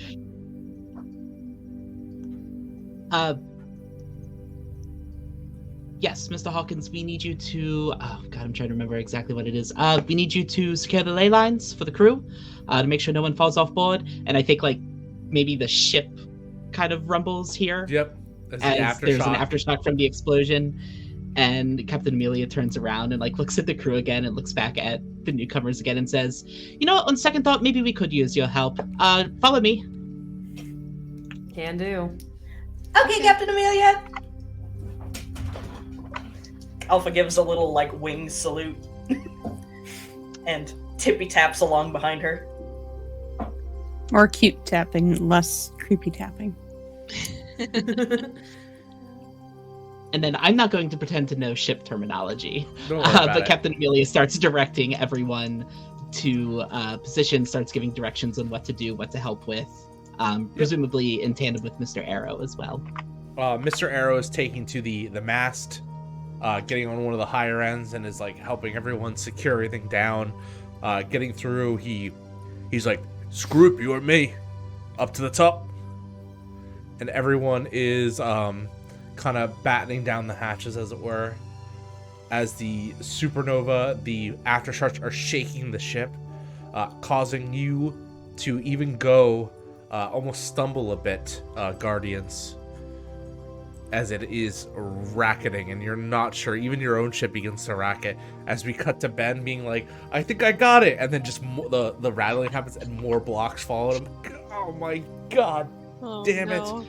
Poor Ben. And we like quickly cut back, and oh, just yes, to answer a question, we do get XP for failing link rolls. I believe so, yes.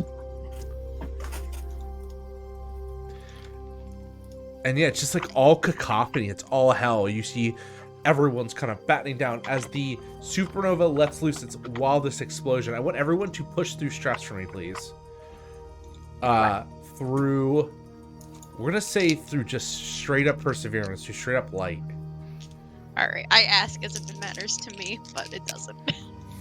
I've got 10 billion links. As the biggest wave explodes outward, sending shockwaves and flares across the space.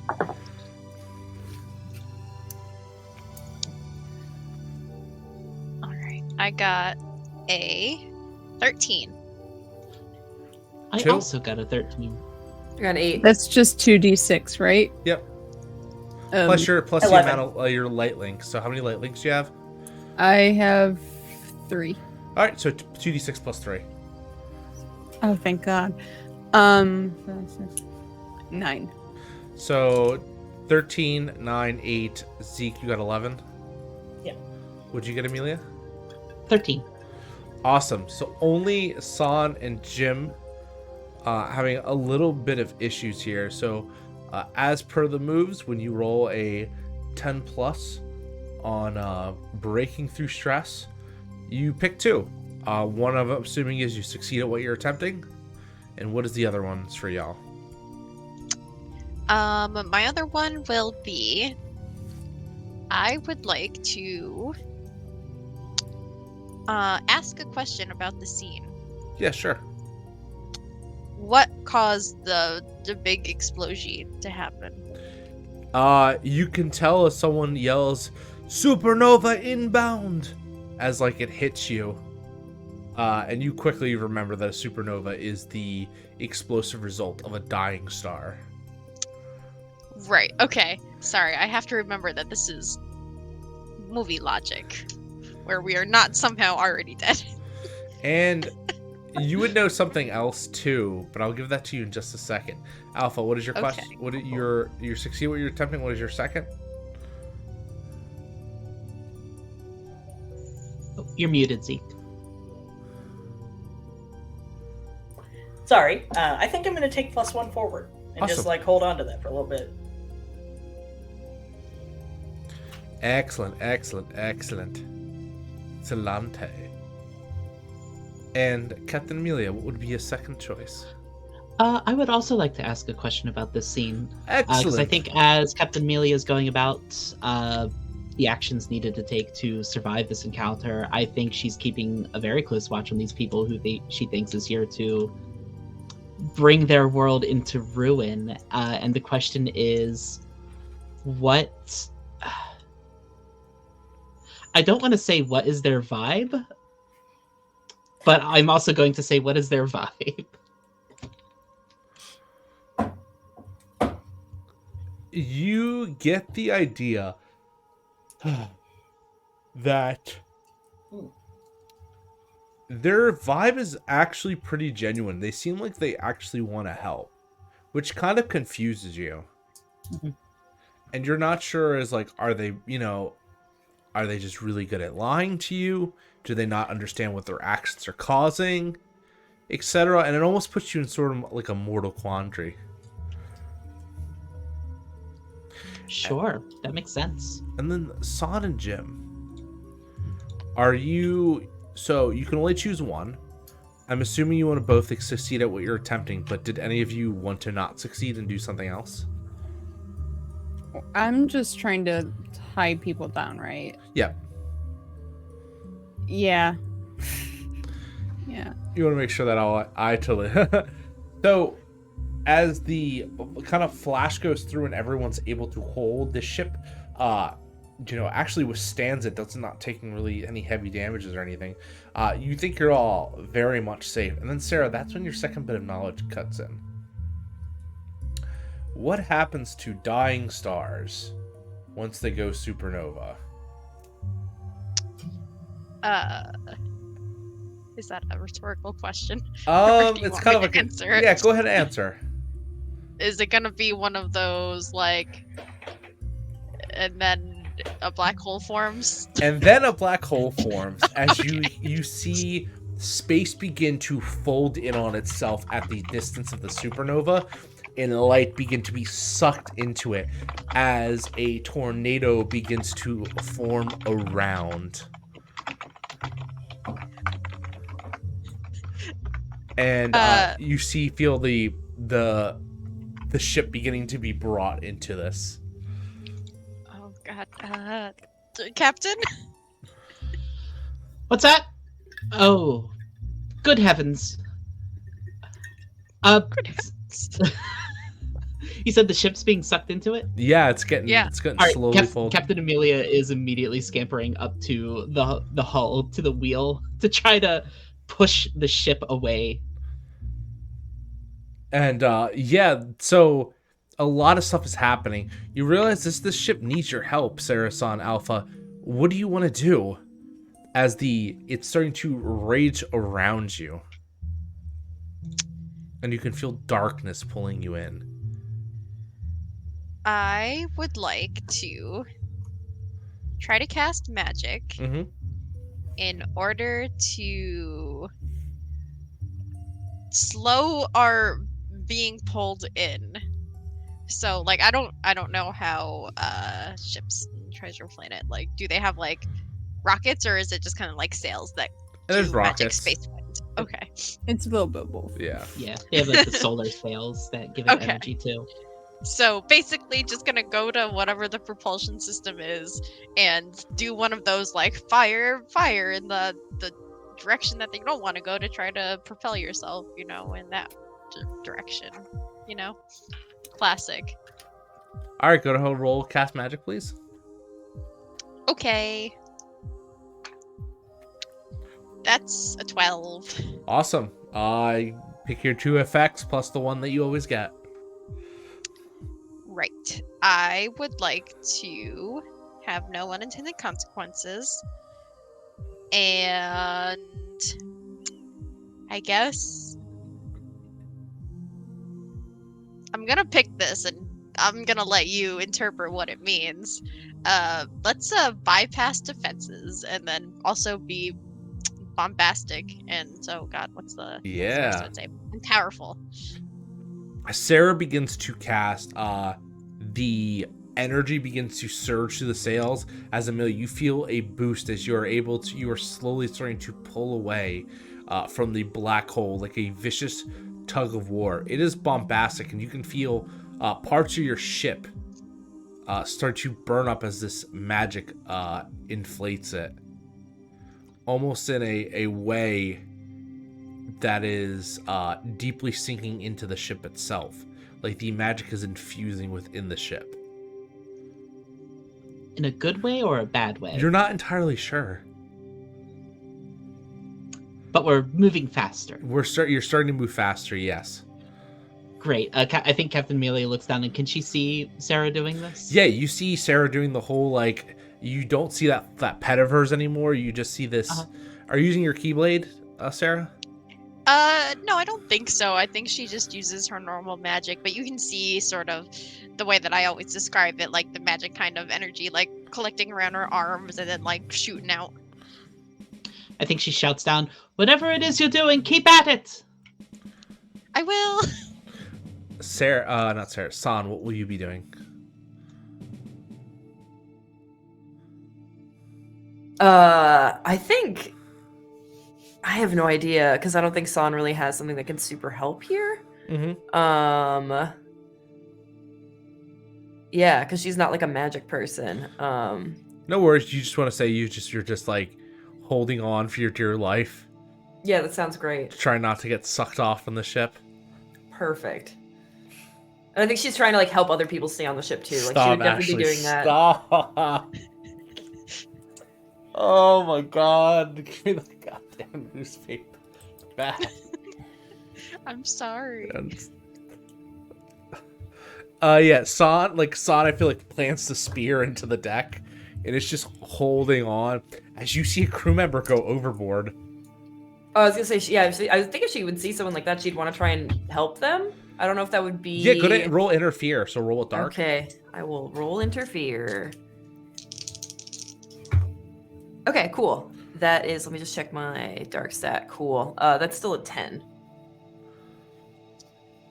Awesome. You were able to, you kind of launch across, grabbing the crew member as they almost go flying. Okay, sick. And you can think for a minute that you see something flying off the top of the ship's mast, but you're not sure what. Good to know. Good to know. Zoe just going like, oh. I've seen this movie. I haven't recently. And you're able to pull the crew member back on. Cool. Alpha. Stuff's getting intense. I actually have The first thing I'd like to do is. Oh, I was gonna ask, will you roll me a deep dive? yeah, I absolutely will. That's actually fine because I was just about to use my playbook move. We need to think before we act, and that goes perfectly with the deep dive. Awesome. Deep dive is with heart, right? Yep. Okay, so that is a 9. Okay, and you always get to ask about what here will keep my friend safe. Exactly. Okay, what are your other questions? I'll answer that in a second. My other question is, what is the biggest threat here? Other than the black hole? Yes. That is a very, very interesting question. The biggest threat you feel is the crew itself. In what way? You get the feeling that the crew is not particularly happy. Even in this situation from observing them. You just kind of get that feeling. And by watching the crew closely, you might be able to somehow keep your friends a little safer. Okay. And it's not what it... You were asking what's not what it seems? Or was your second question? I'm sorry, was... My second question was, what is the biggest threat? Yeah, and they're the You said biggest... it's Yeah, the crew. the crew seems to be the biggest threat. And Okay. trying to be wary of the crew is what's going to keep your friends safe. Okay, well, I meant, when I asked what here can keep my friends safe, I mean more in a, like... So, what is the biggest threat here was more of a, like, general question. Yeah. But what here can keep my friends safe in this specific, we're about to be sucked into a black hole situation. Oh, yeah, you need to collapse that thing with a lot of energy. Okay, collapse it with a lot of energy. That is something that I can do. Sounds like real science, guys. Okay. Fake science, fiance. Fiance.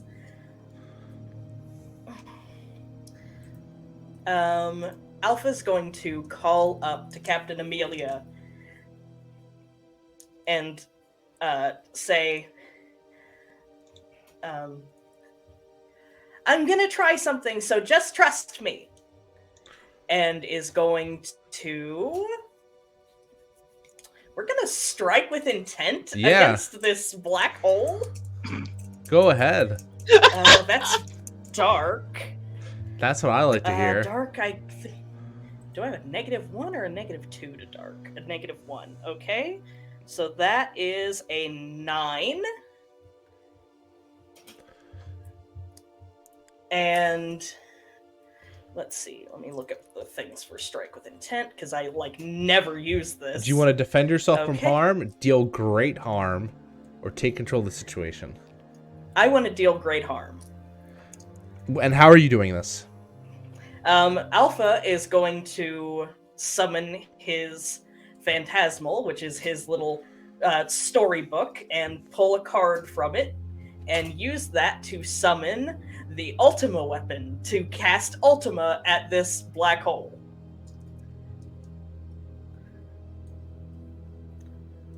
Ooh. That's really cool. You notice something a little different about one of your cards. Okay. As you cast the Ultima, describe what your monster usually looks like in this form. Give me a hot second on that. All right, and while you're doing that, I'll ask Jim. What are you doing as all this Alpha's stuff? Cards. So what I actually want to do is use my move, We Can Do This.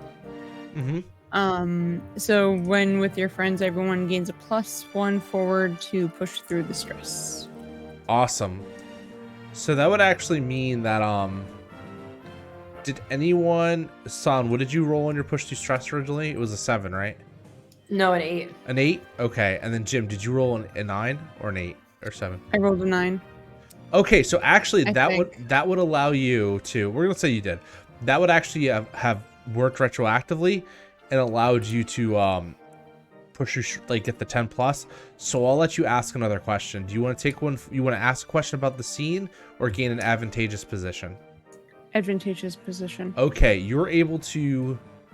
You get and tie yourself to the. You kind of get to the more of the bow of the ship again, and you're able to try to basically get to a point where you're able to keep yourself on the ship. Wavered by anything the black hole is doing, as you literally tie yourself and anchor yourself down, doing so with greater expertise, and in doing so, the remainder of the crew is following in your footsteps and doing the same. Cool. Good. Alpha, what is your description?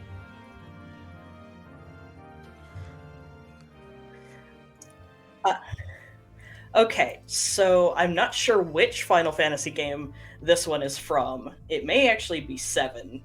But my version of the Ultima weapon for Alpha's card is a highly cartoonified and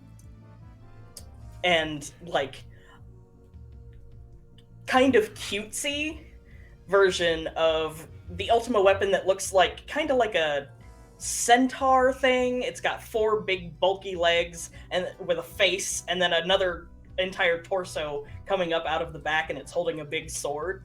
But the very cartoonified version of it is it's dark blue and purple and has a white face with glowing green eyes. Okay, awesome. I like that. Some more of the I like the centaur body because it kind of yeah. You're doing more of the Final Fantasy 6, Final Fantasy 7 style. Okay, I like that. Awesome. As you do that, you notice something's wrong with your card. It's covered in this weird I want to say this weird red and black ooze.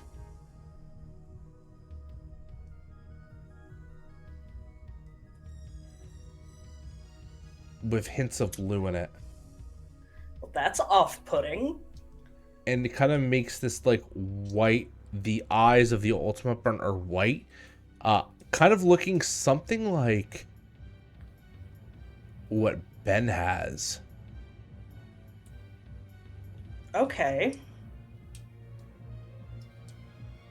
And you're like, how did this attach itself onto one of my cards?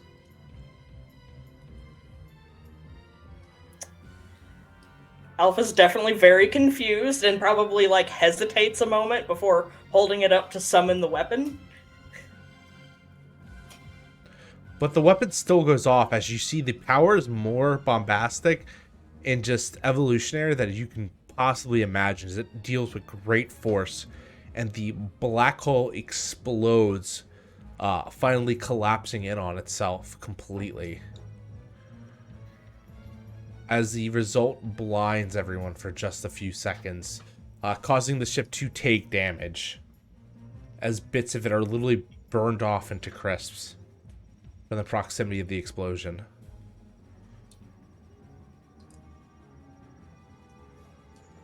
And as it does so, when everything just kind of finally clears, you're left with just this odd feeling. Alpha's definitely standing there with like the Ultima weapon card in his hands, just or in his like wing hands, just staring at it, looking very weirded out. And I think Probably like looks up and looks around to like Sarah or San, whoever's nearest, and is like, "What the heck? That was so weird." But I guess it worked. Is everyone okay? You were saying something, Amelia?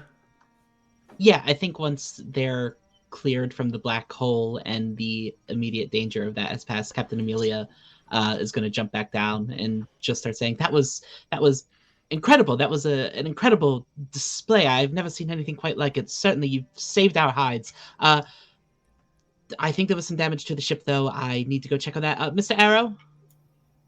Mr. Arrow, can you assist me with what's the word?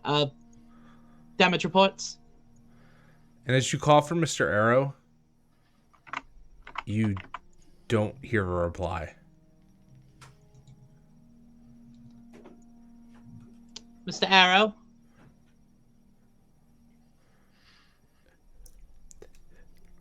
Captain, I'm afraid there was an issue with one of the lines, and Mr. Arrow didn't make it. As I the secured all the lines. the crab It's claws show the hat that Mr. Arrow had. I Amelia. tried to hold on, but he slipped out of my claws. Amelia is going to take the hat from Scroop and look over at the lines that Jim said that he tightened, but that he tied up. The knot work is perfect. How?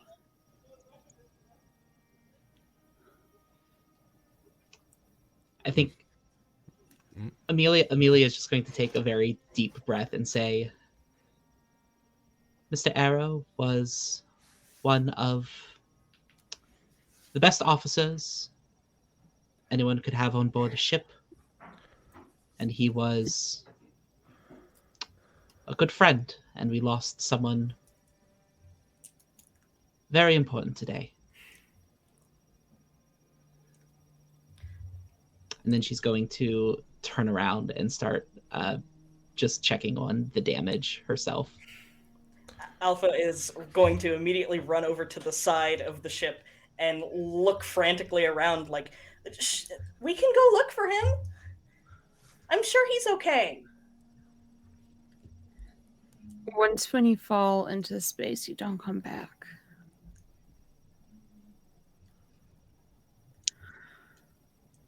I'm really sorry. It's hard losing someone that you care about. And the crew's kind of looking around, and their eyes start to come to Jim as Scroop takes a scuttle forward. And we knew better than to let the boy tie our lifelines. That could have been any of us. Can can I what's it? The deep dive on him? Yeah. Deep dive right at him. Deep dive right freaking at him. Deep dive to subdue.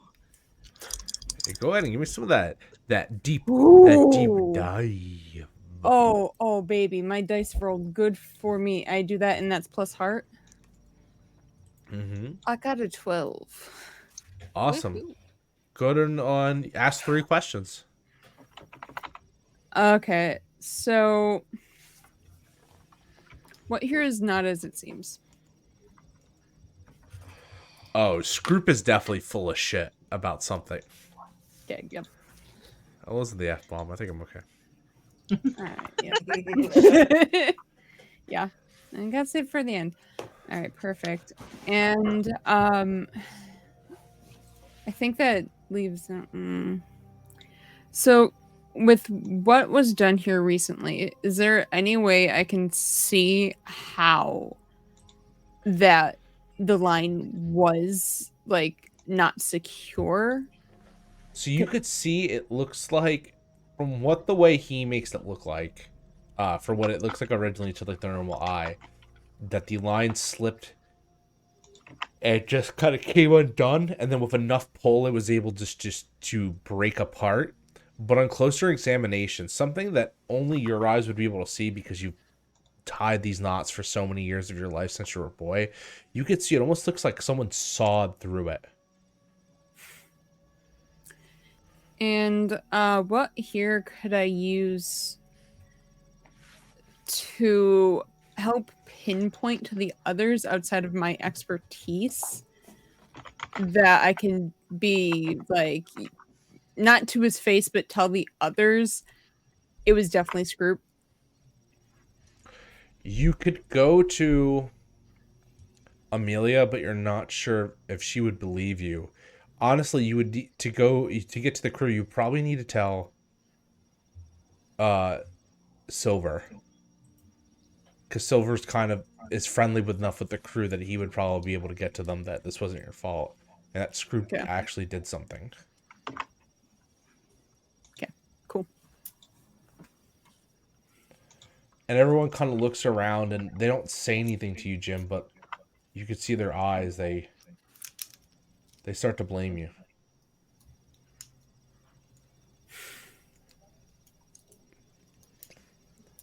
I'm just gonna turn my head heels and just go to the kitchen.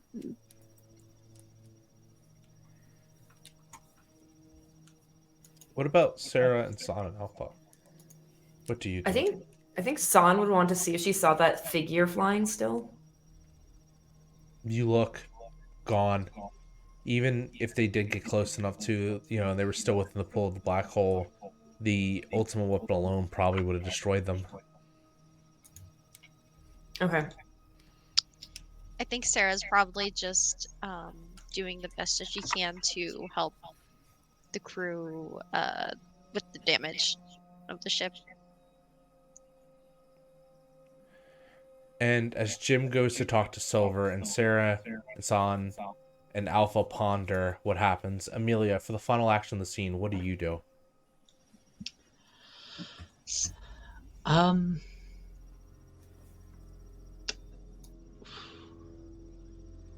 I think you just see Captain Amelia silently working on something that was broken herself. Like, she's the captain. She has a crew for this, but she didn't become a captain by not knowing how to do basic things on the ship. I think she's just working in stoic silence with Mr. Arrow's hat, like, attached at her hip.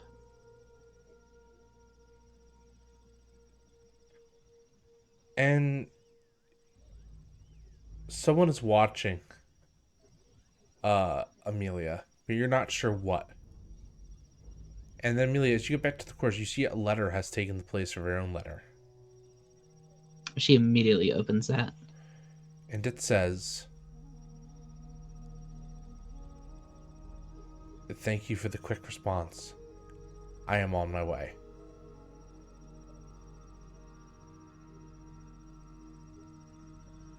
She folds up the letter and I think she tucks it in her coat pocket.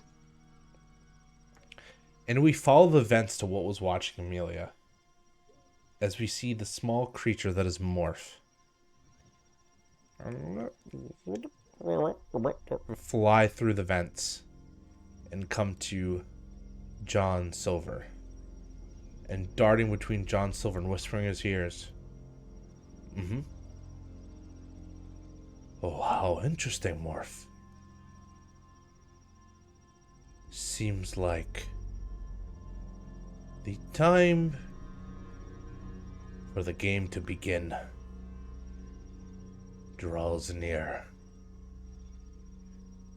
And then, like, you hear these steps and, "Jimbo, what can I do you for?" as we cut.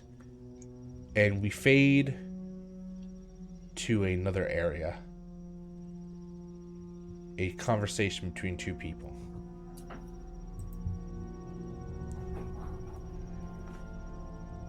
Why did you tell me to pull out? I had them in my sights.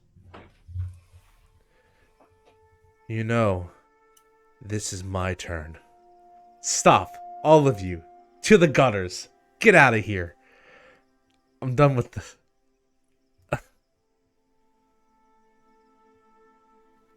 You would throw our chances at the war at a simple want, need, do not see the bigger picture. I know. I will handle them.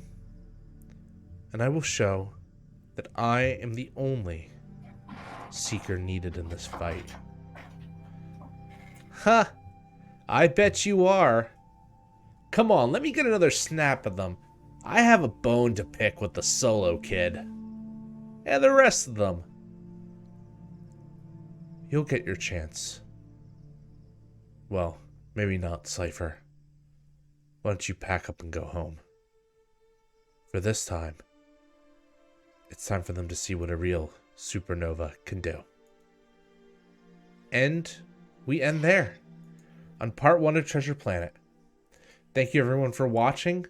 Quickly, as we are starting to run past our later time, I want my guests, thank you to my guests for coming in, for showing up for the first week, and hopefully we will see them back here next week again, joined by a new guest, and that's going to be a lot of fun. But please, Zoe, Elliot, tell everyone where they can find you and what you got going on. Oh, hi, I'm Elliot. I have been Jim tonight, and you can find me on the internet at Chaos Them, as well as Chaos Elliot for when you actually want to read my shit posts. There's the second one. Anyway, so yeah, that's where you can find me. As for things coming up, I am on Beholder to No One's podcast for their one shot of Trash Mob, as well as one of their other prior episodes about flawed characters. And then where you can catch me in the future is here playing Rook the Orphic in our Hades Town show here on Carrion Comfort. And it's based off the Riot Starts TTRPG, and I think that's a good way to pass it off to Zoe. Yeah, hi, I'm Zoe. I've been Captain Amelia for tonight. You can find me at Twillick43 on Twitter, Instagram, TikTok, pretty much all the social medias. I will also be here next Thursday with more of the Riot Starts, playing Lorna Lee the Canary and also facilitating. And then I'll also be here next Friday as Captain Amelia for the second part of Kingdom Hearts Treasure Planet. And other than that, keep an eye on other stuff with Carrion Comfort, Martlake Games. There's some stuff coming up there. It's going to be super cool.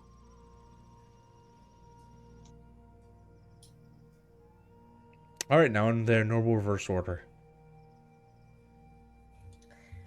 Hey everybody, I'm Zeke. I have been Alpha the Chocobo. I hope you enjoyed our birdly shenanigans again. I am the founder and president of We Are Games. We mostly make immersive media, but we also are working on our own tabletop RPG, which we get closer and closer to having a playtest quick start every day. I worked on that a lot today, so hopefully I'll be able to show it to all of you very soon. And I think that's about all I got. Hey everyone, I'm Leslie. I've been San. I am the content manager for Carrion Comfort Studios. You can find me everywhere on the internet at Leslie Wombat. Sometimes there's an underscore in the middle, but I think that's just on Twitch. Otherwise, you can catch me here Tuesdays usually for Comfortsicle at 6 p.m. where I play video games and eat popsicles. Yeah. And then I'm on the Lancer one shot, or the Lancer TTRPG that we do on Sundays, Mezzanine Alpha. I think we're skipping this week. But yeah, catch me there or see what I'm up to at my Twitter. Neat. And that leaves me for the cast. I'm Aid. You can find me on Twitter at my handle below. You can find me on Discord as Aid on either the Carrion Comfort Discord server or the Gehenna Gaming Discord server. Come hang out and chat with me. I'm kind of always there, even if I don't talk. I see all. And I've been Sarah Farron, the human. I don't know, it's not as exciting. That's all I've got. You'll see me here on Friday. So there's that. And I guess that just leaves me. Hi, I'm your game master at Nobleman Nick Francia. I am the creative liaison here on Carrion Comfort Studios. I enjoy running this game every Friday. It's a blast. Come check out our other awesome content. Big thank you to our sponsors, Calo and Dice Envy, for all your energy and sleeping supplement needs and your TTRPG accessory needs. Subscribe to the channels, to our Twitch, give us some money, tip us on Pally, it goes directly to us. To everyone that tipped and subscribed today, thank you so much. I really appreciate it. It goes back to all our players, to the mods, and just helps us out along the way. You can also subscribe to the Patreon, where you can get awesome, cool benefits, including the monthly games at certain tier and our awesome patron lounge. Every bit counts, and we appreciate you all for that. Like I said again, that's Calo and Dice Envy. Check them out and use the code COMFORT to get about 10% off. And that 10% helps out us, gives you a discount, and helps out us a little bit too as well, which is always nice. Where else you can find me? Every Friday I'll be here, but every Sunday we have about 3 episodes left. I will be on Hymns on the Unconquered Sons, an Exalted 3+ Essence game, which is over on Devil's Luck Gaming, as well as my new home, which is on Gehenna Gaming. I'm a production marketing manager over there. Thank you for everything. Y'all are amazing. And I think this is the perfect time to play us all out. Have a good one.